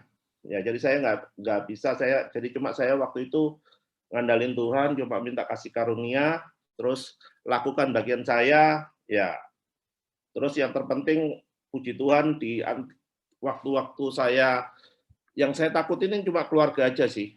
Ya, tadi saya sempat sharing di grup kecil, Pak Hari tadi tempat live juga sama. Dia positif, tapi yang dia pikirkan juga anaknya, karena yang kalau kita sebagai orang tua pasti ngerti lah. Ya, yang kalau kita sih sudah siap, kayak Pak Tiki tadi kan tertawa-tawa relatif aman karena merasa nggak closing ya. Waktu itu mungkin nggak terlalu interaksi, tapi kalau saya banyak orang itu saya ketemu, wah itu yang membuat saya shock sih. Waduh ini banyak ini terpapar ini bisa-bisa ini. Nah ini yang saya cuma doa Tuhan tolong. Nah itu kalau tahu boleh ya itu tadi. Ya terus tambah lama papa saya secara fisik menurun banget sampai nggak sadar ya. Yaitu delirium itu parahnya nggak sadar. Jadi seperti orang sudah ingatannya itu hilang. Ya jadi betul-betul saya belajar dari situ, saya belajar banyak itu jurnal internet, jadi bagaimana apa itu obatnya segala macam itu. Jadi akhirnya jadi tanda kutip ya tadi kayak dokter Ina tadi belajar terus sampai di sumber yang bisa dipercaya. Akhirnya lama-lama ngerti itu. Itu aja sih Pak Syangpa. Jadi yang paling penting ketakutan itu pasti ada, nggak perlu ini aja sih kalau dari saya. Ya. Oke. Tetap tenang ya Pak Tom ya. Jadi kalau benang merahnya saya tarik dari Pak Tom, Pak Tiki dan Pak Syuheri, tetap tenang, andalkan Tuhan, bersandar pada Tuhan, gitu ya Pak Tom ya. Dan cari informasi yang benar. Begitu ya Pak Tom ya. Belajar sama Pak Tiki itu Pak, luar biasa. ketenangannya luar biasa. Iya.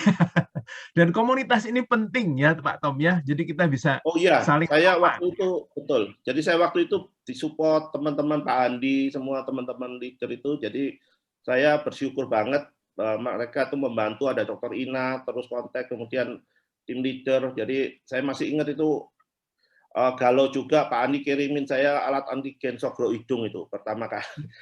Saya pikir sudah saya nggak mau, daripada saya tahu positif tambah down. Tapi saya pantau kondisi fisik saya, tapi terpaksa terakhir itu ya sudahlah. Saya setelah 10 hari kok nggak ada saya sogro hidung itu ya puji Tuhan sudah nggak positif, itu aja sih. Iya, oke. Oke. Menarik. Terima kasih Pak Tom untuk sharingnya ini. Ya. Ini sebetulnya Cuma banyak belum dapat burung dara Pak. Burung gagak seperti Pak Suheri. Saya nggak dapat kasih karunia burung gagak Pak. Dapatnya burung apa Pak? Burung emprit. Apa? Dapatnya burung Iya, apa? Burung emprit aja. Kasih tahu Pak Ikan Tan itu Pak, Tan Ikan itu dia kirim jadi burung gagaknya itu Pak. Oh gitu, Pak Ikan burung gagaknya. Iya, lain kali kirim sampai Sidoarjo Cien. Jangan sampai ke Suheri aja. Ya. Oke, teman-teman, terima kasih Pak Suheri, Pak Niki dan Pak Tom tadi untuk sharingnya menarik sekali. Sebetulnya banyak sekali yang bisa kita gali, tapi sayang sekali kita dibatasi waktu. Dan saya ingin membagi waktu ini untuk membaca pertanyaan dari teman-teman yang sudah ditampung oleh tim admin ya. Dokter Ina masih bersama kami ya. Tentu saja dengan keterbatasan waktu ini saya mencoba untuk memilih pertanyaan yang paling bisa kita tahu dan menambah pengetahuan kita lebih banyak lagi. Dan karena ada beberapa pertanyaan tadi saya amati itu sudah ada di materinya Dokter Ina. Jadi teman-teman jangan tinggalkan ruangan ini sebelum nanti teman-teman di akhir acara akan menerima link untuk mendapatkan materi yang disampaikan Dokter Ina. Dan di situ banyak sekali teman-teman informasi dan kita pastikan bahwa informasi itu benar karena disajikan secara langsung oleh Dokter Ina. Dan saya akan ke Dokter Ina sekarang. Dokter Ina masih bersama kita? Saya akan bacakan sebuah pertanyaan. Dokter Ina?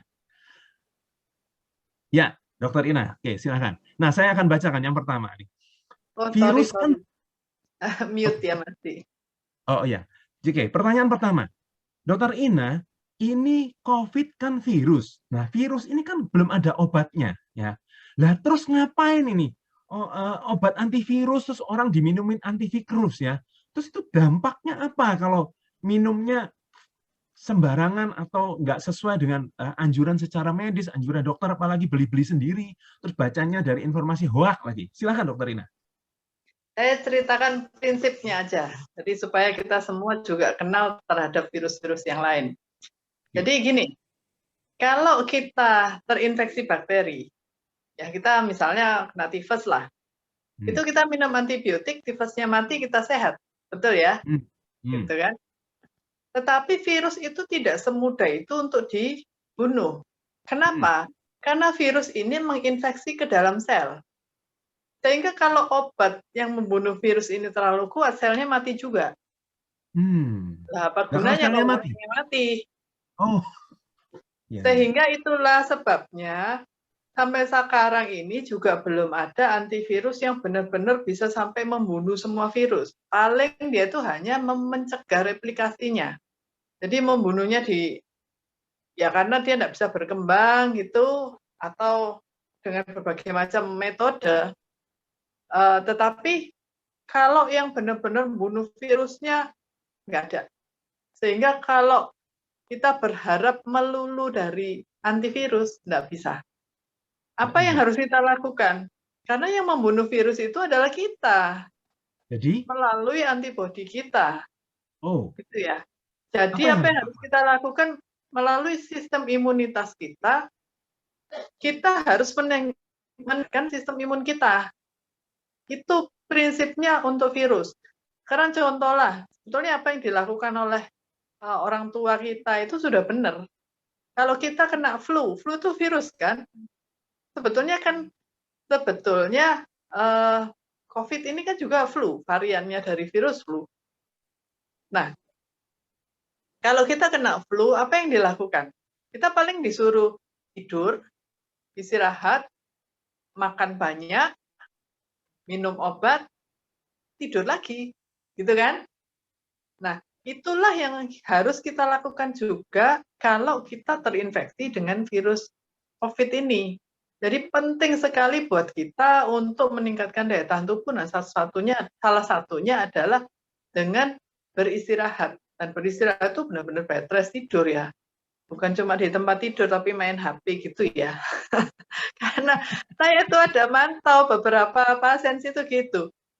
Loh, kalau saya ngirimi nanya apa gitu, cepet jawabannya dan ruwet aja. Loh, orang ini nggak tidur, nggak istirahat. Gimana? Sehingga saya harus mengingatkan. Kadang-kadang sebetulnya kita juga ngerti hal-hal seperti itu. Tetapi seringkali kita itu, karena kita yang ngalami, kita lupa. Alah sebentar lagi, alah sedikit lagi, kan gitu. Jadi akhirnya sedikit lagi itu membuat kita nggak istirahat, membuat kita, ini kan tanggung jawab pekerjaan yang harus diselesaikan, gitu. Padahal itu tidak boleh begitu. Jadi kita justru relawan-relawan inilah yang harusnya mengingatkan dari sisi itu. Istirahat toh. Orang yang lain juga akan menerima terhadap penundaan kita selama kita sakit, betul nggak? Masa bakal ada yang protes kalau kita tahu kita sakit COVID, terus WA-nya nggak dijawab-jawab, gitu kan nggak ada. Ya, oke. Dampaknya apa, Dokter Ina? Kalau konsumsi obat antivirus yang ya tentu saja dalam kondisi gini pastinya mungkin ada beberapa orang gopo ya. Gopo itu apa bahasa Indonesia nih? Panik ya, panik. Terus dapat informasi ini kayaknya benar deh. Oke, minum deh. Terus apa yang dampaknya bisa kayak gitu, Dokter Ina, jangka panjangnya? Tentu saja pemakaian obat yang nggak benar itu resikonya, 1 bisa keracunan. 2, obatnya tidak berfungsi maksimal. 3, yang menakutkan kalau obat-obat ini terhadap terhadap bakteri maupun virus, yang kita khawatirkan adalah terjadinya resistensi. Jadi besok-besok diobati lagi dengan obat yang sama, enggak bisa. Harus naik lagi. Nah, kalau antibiotik banyak untuk naiknya. Lah kalau antivirus? Jadi kata kuncinya tadi seperti virus sendiri juga dengan pengobatan yang tidak adekuat, yang tidak cukup, tidak pas gitu, dia juga akan bermutasi. Kita kan sudah dengar, what doesn't kill you make you stronger. Gitu kan? Jadi hati-hati menggunakan baik antibiotik maupun antivirus. Oke. Jadi kata kuncinya tenang tadi, tidak panik dan mencari sumber informasi yang benar ya, Dokter Ina ya. Betul, betul. Dan kuncinya punya komunitas itu juga sangat amat membantu. Terus jangan sebar-sebar hoak lagi ya, Dokter Ina ya. Karena itu pembentukan relawan itu luar biasa. Itu ide yang Nah, ada pertanyaan ini, ada 2 pertanyaan yang saya gabung jadi satu karena ini saling berkaitan. Kita masih ngomong seputaran virus ya. Apakah virus ini menular lewat makanan? Karena virus ini hanya menempel di mukosa saja. Nah, oke, lalu pertanyaan berikutnya, apakah ini bisa ditularkan lewat mata? Ya, jadi mesti selain pakai masker harus pakai face shield. Nah, silakan Dokter Ina.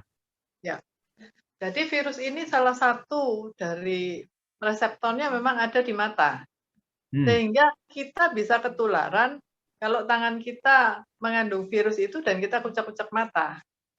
Bukan muncrat ke mata gitu, bukan Dokter Ina? Tetapi bukan lihat-lihatan terus ketularan ya, nggak bisa. Kalau lihat-lihatan itu masuk ke hati kayaknya, bukan ketularan. Betul ya? Ya.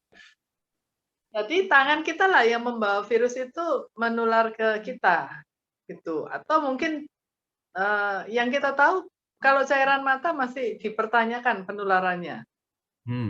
Kemungkinan besar droplet lah. Jadi meskipun orang itu terinfeksi bukan dari cairan matanya yang menularkan. Kita juga nggak mungkin toh nyolok-nyolok matanya orang juga kan. Tapi kalau dropletnya kita bisa kena gitu. Nah, itulah yang menyebabkan penularan. Memang betul salah satu di mata. Penggunaan face shield itu sebetulnya adalah pelindung dirinya kita. Dia tidak melindungi orang lain. Kalau kita pakai masker, kita melindungi diri kita dan melindungi orang lain. Jadi pakai face shield itu supaya kita nggak kucek-kucek mata gitu ya. Betul, betul. Jadi bukan karena sorotan mata kayak Superman sama Supergirl gitu ya, bukan ya? Ya. Ini saya baru tahu juga ini ya. Lalu tadi apakah ini menular juga lewat makanan ya? Tadi menempel di mukosa saja. Gimana itu dokter ini? Ya. Maksudnya itu kan menempel di mukosa, itu mukosa mulut kita, mukosa hidung. Pada saat dia menginfeksi kita. Tetapi dia kan diproduksi di droplet. Jadi virus itu, kenapa kok saya menganjurkan pada orang-orang yang positif supaya cuci mulut dan semprot hidung itu untuk menghabiskan atau mengurangi virus yang ada di luar. Jadi bukan virus yang sudah masuk di mukosa atau virus yang masuk di sel tubuh kita, itu nggak bisa. Itu yang ngelawan antibodi kita, imunitas kita. Tapi kan dari virus yang ada itu kan terproduksi virus-virus yang ada di droplet. Nah, itulah yang kita habiskan sehabis-habisnya supaya tidak masuk lagi, tidak mereplikasi lagi. Itu. Jadi makanan bisa, kalau yang bawa itu dropletnya ada di situ. Itulah yang harus diperhatikan. Makanya saya kalau beli makanan juga kalau nanya, itu yang jualan pakai masker enggak wis gak jadi. Oke, kayak tadi Pak Syuheri tadi ya, yang beli apukat tadi ya, Bu Ina ya. Pokoknya kalau nggak pakai masker nggak usah beli deh, gitu ya. Oh ya, oke. Ya, itu kalau enggak ya disemprot semua, tapi kalau makanan, kalau apukat bisa disemprot ininya apa kulitnya lah. Kalau bentuknya makanan disemprot rasanya jadi apa? Oke, nah ini tadi gini, ada pertanyaan ini juga ya. Virus ini berapa lama dia bertahan di kaca? Tadi ada Dokter Ina soalnya ada menyinggung soal kaca dan logam ya. Bukankah katanya ini logam dan kaca itu benda mati? Saya nggak ngerti nih.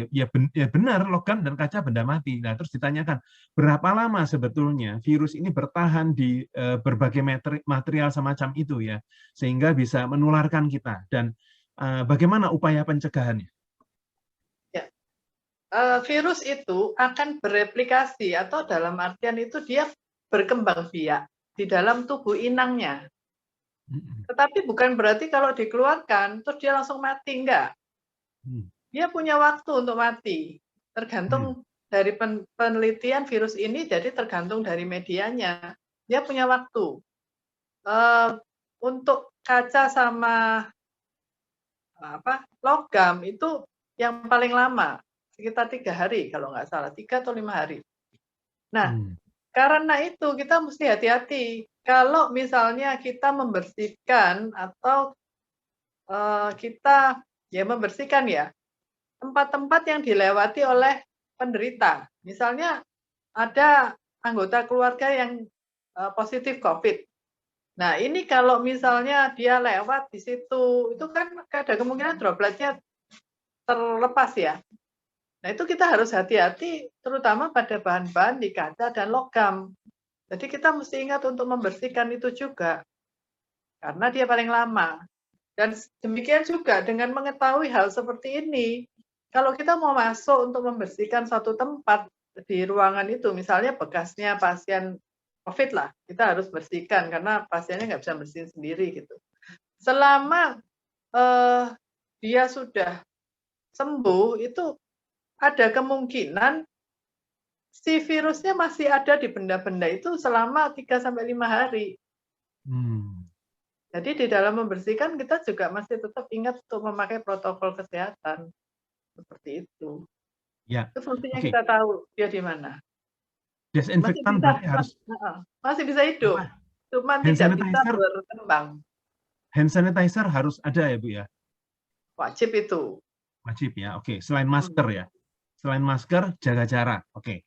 Nah, ini tadi belajar dari kesaksian Pak Tom, kemudian juga belajar dari kesaksian dari Pak Tiki ya. Nah, awalnya kan karena ketidaktahuan, tapi bagaimana sih untuk mengetahui bahwa kalau kita ini terpapar atau kita ini bisa masuk dikategorikan sebagai OTG, apakah lihat dari oksigennya atau apa, sebagai deteksi dini buat kita? OTG itu artinya dia tidak bergejala.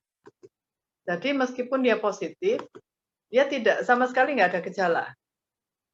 Ya seperti orang normal, nggak ada masalah kayak begitu. Dia berpotensi Sedangkan, menularkan tapi. oh iya, Oh, oke. iya Ya. berpotensi menularkan. Oke, jadi deteksinya gimana? Nggak bisa. Kalau OTG deteksinya hanya melalui pemeriksaan PCR atau swab antigen, gitu. Tetapi Apakah kalau silakan, ya silakan Dokter Ina. kalau gejala ringan ya ringan, bisa demam, bisa segala macam. Biasanya kita lihat dari sedang atau berat. Dari ringan, sedang, berat itu dilihatnya dari saturasi atau nafas. Kalau pada anak-anak, kita patokannya lebih ke nafas. Jadi sesuai dengan umurnya, kalau bayi di atas 60, umur sekian di atas 50 gitu, sampai umur dewasa. Kita tahu kalau pernafasan normal dewasa itu kan 20 ya. Antara 16 sampai 20 kali per menit. Kalau misalnya kita lihat dia pernafasannya lebih dari 30 kali per menit, itu hati-hati tanda bahaya. Jadi untuk mereka yang mungkin di rumahnya nggak ada oximeter, itu kita bisa mantaunya juga dari pernafasannya. Gimana Kayak cara gitu. melihatnya, mantaunya, Dokter Ina? Mungkin sekalian bisa diberikan tipsnya. Pada saat pasiennya tidur, pada saat pasien tidur atau pasien tenang, kita ukur berapa kali dia bernafas selama 1 menit. Sambil bawa arloji gitu ya? Iya, Hitungnya. Oke. iya. Itu untuk yang tidak ada oximeter. Kalau ada oximeter mungkin kita nggak usah ngukur nafas ya, kita lihat dari saturasi oksigennya. 1 menit harus berapa, Dokter Ina tadi? Boleh diulangi? Kalau untuk dewasa, sebentar. Kalau untuk dewasa di atas 30 kali per menit. Dewasa 30 kali per menit minimal atau harus di atas itu? Itu tanda bahayanya. Oh, tanda bahayanya. Di screen saya tadi ada, mungkin kalau mau di-sharing. Menarik. Oke. Kemudian tadi kalau oximeter berapa, Bu? Sorry, saya kembali dulu. Itu kalau dewasa tadi 30 kali. Kalau anak-anak gitu berapa? Kalau anak-anak itu ada ininya sendiri, ada hitungannya sendiri-sendiri. Jadi beda-beda. Kalau bayi itu di atas 60 baru kita sebutkan sebagai tanda bahaya. Oke. Jadi kalau anak-anak itu lebih spesifik ya, Bu ya? Iya. Terus kalau nanti umurnya 1 sampai 2 tahun di atas 50 gitu. Jadi ada hitungannya. Oke. Nggak bisa dikira-kira dewe gitu, nggak bisa, Bu. Nggak boleh ya? Dikira-kira dewe. Yang sekolah nih Dokter Ina iki suwe dan angel ya, dikira-kira dewe tadi dokter dadaan ya. Nggak boleh. Oke, oximeter tadi berapa? Paling gampang kalau punya yang oximeter. Kan normal itu di atas 95-96 itu oke. Di bawah itu mulai hati-hati, 92-93 cari rumah sakit. Atau harus sedia oksigen. 92-93? Sudah mulai harus cari rumah sakit. Jadi jangan nunggu sampai 88. Saya beberapa kali dikonsulin, pasiennya sudah dengan saturasi 88. Kalau makin jauh, makin susah untuk. Kenapa susah ya untuk mengembalikan naik? Karena pasien itu juga sudah lemes. Bayangin orang kekurangan oksigen itu kan lemes toh. Terus kita ngelatih dia untuk nafas segala macam lebih susah. Gitu. Makanya itu. Kalau tadi Dokter Ina katakan di bawah 92 atau 92 itu sudah harus ke rumah sakit. Itu sampai turun katakanlah ke 80 itu durasinya berapa lama, Dokter Ina? Apakah ada indikator tertentu sehingga kita jadi lebih aware, lebih waspada dan jadi lebih memperhatikan kondisi itu? Tidak bisa ditentukan. Nggak bisa ditentukan. Berapa cepat penurunannya tidak bisa kita tentukan, karena itu tergantung lagi dari usaha orang itu. Misalnya dia mau latihan nafas ya akan relatif lebih naik gitu. Tapi kalau dia menyerah ya lebih cepat turun, nggak bisa ditentukan. Tapi bagaimanapun juga semakin jauh dia dari normal itu semakin susah untuk dikembalikan. Jadi harus pakai alat bantu, paling enggak ada oksigen gitu. Terus juga oksigen itu sekarang kalau misalnya kita nggak bisa dapetin tabung oksigen selama itu masih ringan, kita bisa pakai oksigen konsentrator. Jadi ada alat yang dia memproduksi oksigen, tetapi masalahnya alat itu cuma bisa memproduksi sekitar 5-6 liter. Jadi nggak bisa banyak amat. Dibandingkan kalau kita pakai tabung, itu bisa sampai 10-12 liter per menitnya. Jadi Oksigen ini tidak terbatas pada merek tertentu ya Bu ya? Enggak. Ada beberapa, rata-rata sekitar 5-6 liter per menitnya. Oke, Dokter Ina, ini pertanyaan terakhir ya, terkait dengan langkanya oksigen beberapa waktu yang lalu ya, beberapa waktu yang lalu kita banyak juga beredar di medsos bagaimana membuat oksigen yang pakai itu loh, anunya ikan itu loh. Ya, itu kebenarannya sejauh mana, Dokter Ina? Nah, oke. Karena memang kan ini sulit cari oksigen ya. Jadi betul. supaya oke. Tapi hati-hati, kalau yang itu sebetulnya yang disedot itu bukan oksigen, tetapi udara yang dikeluarkan. Jadi tidak membantu. Tidak membantu. Tidak Dan membantu. tidak benar. Ini oksigen kan konsentrasinya bisa sampai 90%. Kalau itu kan hanya udaranya aja yang dikeluarkan. Ya. Jadi tidak boleh dilakukan ya. Memang di dalam udara itu memang mengandung oksigen, tapi kan nggak tinggi. Oh, jadi kita tidak menaikkan. Ya, sedikit sekali bantuannya. Sedikit sekali. Yang bisa membantu dengan cukup cepat dan bagus itu dua hal. Satu, proning. Proning itu artinya kita tidurnya miring kanan 30 menit, kemudian beralih setengah duduk 30 menit, miring kiri 30 menit, kalau bisa tengkurap, hanya tengkurap, tidak dianjurkan untuk orang yang gemuk dan yang sudah lemes. Ya, kalau sudah lemes jangan pakai tengkurap, sudah yang lain-lain. Terus kalau batuk, kita sujud. Karena itu kan sudutnya jadi mengarah ke bawah, cairannya lebih banyak keluar. Kemudian kalau kita merasa bahwa kita ada slamnya, boleh dibantu dengan penguapan sehingga slamnya itu lebih lancar dan lebih cair, keluarnya lebih lancar. Juga bantuan lagi adalah minum air, terutama yang hangat, itu juga membantu mengencerkan dari slam. Nah, caranya mengeluarkan dengan proning. Kemudian nafas. Berlatih nafas itu melatih gelembung udara kita yang di paru-paru itu untuk tetap berfungsi. Ya, oke. Ngomongin proning tadi, Dokter Ina juga ada sajikan di slide-nya Dokter Ina bagaimana melakukannya ya. Jadi teman-teman, banyak hal yang tadi sudah disampaikan Dokter Ina ada di dalam materi yang disampaikan Dokter Ina ya. Ada 31 slide di sana. Jadi teman-teman tetap tunggu dulu di sini karena nanti di akhir acara akan disampaikan oleh teman-teman admin linknya untuk mengambil materi yang disajikan Dokter Ina. Menarik sekali pertemuan malam hari ini. Sayang sekali waktu kita cuma ada sekian ya. Ada banyak hal yang mesti kita belajar. Harusnya ada seri 2 nih Dokter Ina ya. Pak, satu lagi, sorry, berkaitan dengan materi saya, nanti bisa didapatkan. Cuman di situ itu saya ada masukkan satu slide yang berisi mengenai gejala-gejala, membedakan flu dengan selesma dan COVID. Sebetulnya slide itu saya tampilkan karena saya mau bilang ini tidak berlaku. Jadi itu bukan, kalau bisa dibuang aja nanti Tere, baru dimasukkan itu.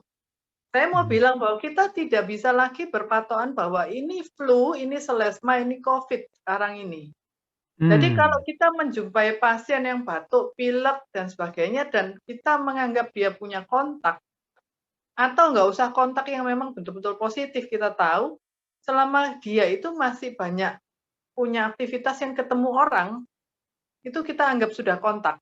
Kalau dulu kan kontak itu kalau ketemu orang positif ya. Kalau sekarang enggak.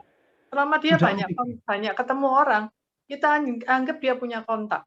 Itu sebaiknya kalau sudah ada gejala gitu, kalau kita enggak mau periksa dulu ya boleh, tetapi kita harus segera istirahat, makan banyak dan sebagainya, dan ngelihat 1-2 hari membaik enggak. Kalau membaik ya kita teruskan itu. Kita harus merasa bahwa jangan-jangan ini COVID, gitu. Karena itu begitu kita mendapati gejala seperti itu, sebaiknya memang periksa. Tapi kalaupun belum sempat periksa atau apapun alasannya, kita harus melakukan terapi atau tindakan secepat-cepatnya. Jangan sampai menjadi yang tadinya hanya ringan menjadi sedang atau berat. Dan jangan sampai terutama kita menulari orang lain. Jadi begitu kita tahu gitu, kita harus mandiri, mengisolasi diri sampai paling tidak 10 hari atau 3 hari bebas gejala. Itu. Ya, terima kasih Dokter Ina. Satu hal saya ingin sampaikan ya, karena waktu itu saya ingat betul dan kalimat ini masih saya simpan ya. Dokter Ina pernah mengatakan seperti ini.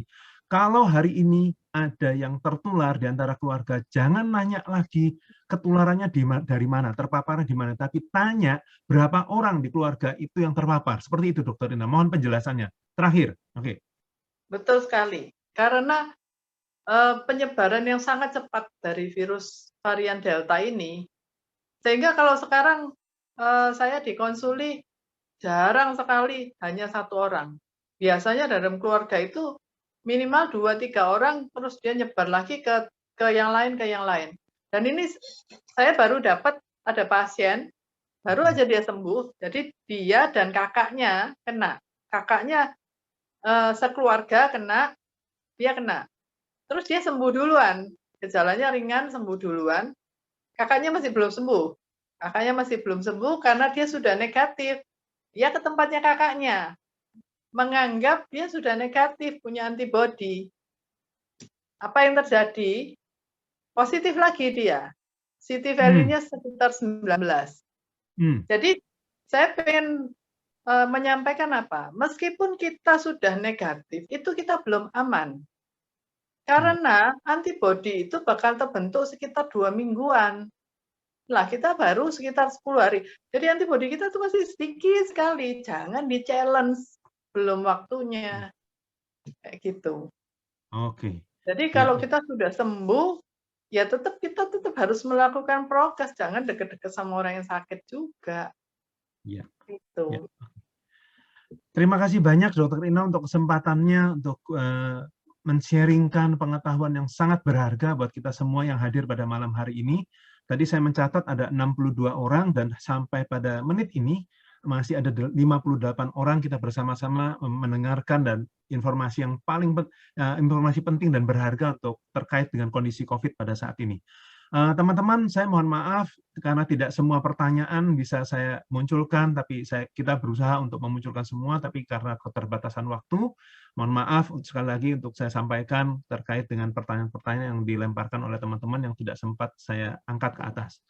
Oke, sebelum kita mengakhiri acara kita pada malam hari ini, saya mengundang Pak Tom untuk menyampaikan doa buat kita semua dan terkait juga dengan kondisi saat ini untuk kebaikan dan keselamatan kita semua. Kita bersandarkan pada Tuhan seperti tadi yang disampaikan oleh Pak Tiki juga, dan tetap tenang ya, bersandar pada Tuhan. Pak Tom, silakan. Oke, terima kasih Pak Siangfa. Baik, teman-teman, sebelum kita mengakhiri Biskom kita malam ini, kita satukan hati, kita berdoa ya. Bapak, kami mengucap syukur sekali lagi Tuhan, Engkau telah memberikan kami tetap kesempatan untuk kami boleh bernafas, boleh sehat, boleh mengalami semua kebaikan-Mu. Tuhan, kami percaya bahwa masa depan kami ada di tangan-Mu. Kami percaya bahwa Engkau berdaulat penuh atas hidup kami, dan kami menyerahkan penuh hidup kami ke dalam tangan-Mu. Dan biarlah hanya kehendak-Mu yang jadi, yang boleh terjadi atas setiap hidup kami. Terima kasih Bapak, kami sungguh mengucap syukur buat para teman-teman yang hadir malam hari ini, untuk juga teman-teman semua anggota KBC. Tuhan, kami percaya apapun hari-hari ini pergumulannya, kami percaya Engkau akan pegang kendali dan Engkau akan selalu memberikan jalan keluar, Tuhan. Beri kami kekuatan untuk kami tetap mempercayai Engkau dan berpengharapan kepada Engkau.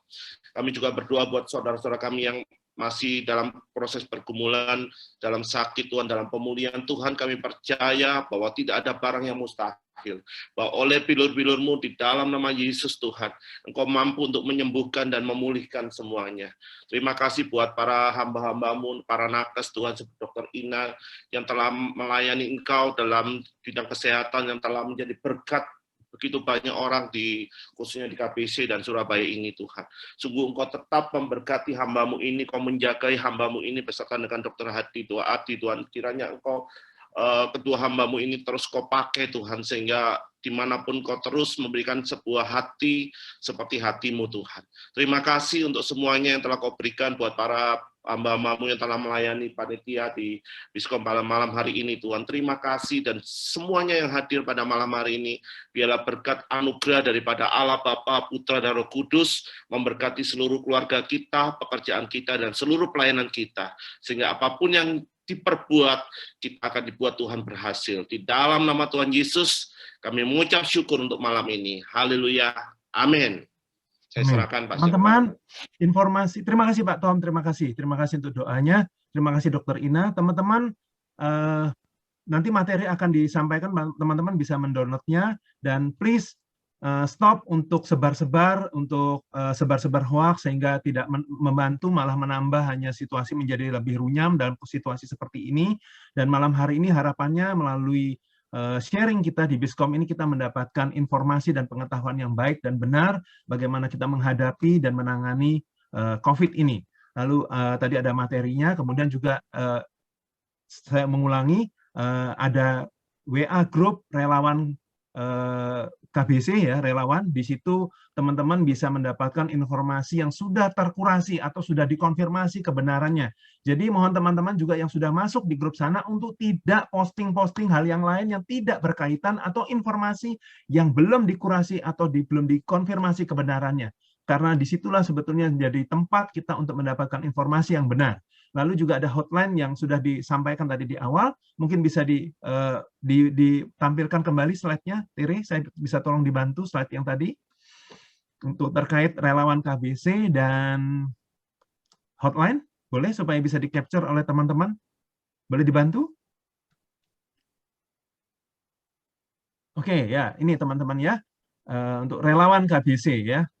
Nah, silahkan jika teman-teman ingin join di sana untuk supaya bisa mendapatkan informasi. Tapi sekali lagi mohon bantuannya teman-teman untuk tidak memposting hal-hal atau informasi yang tidak terkonfirmasi sebelumnya atau belum dikurasi sebelumnya. Karena ini bukan media grup-grup yang lain yang boleh posting apapun di sana. Tapi di sini teman-teman nanti akan di warning kalau menyampaikan informasi yang tidak terkurasi atau belum terkonfirmasi, dan itu justru menambah situasi menjadi runyam.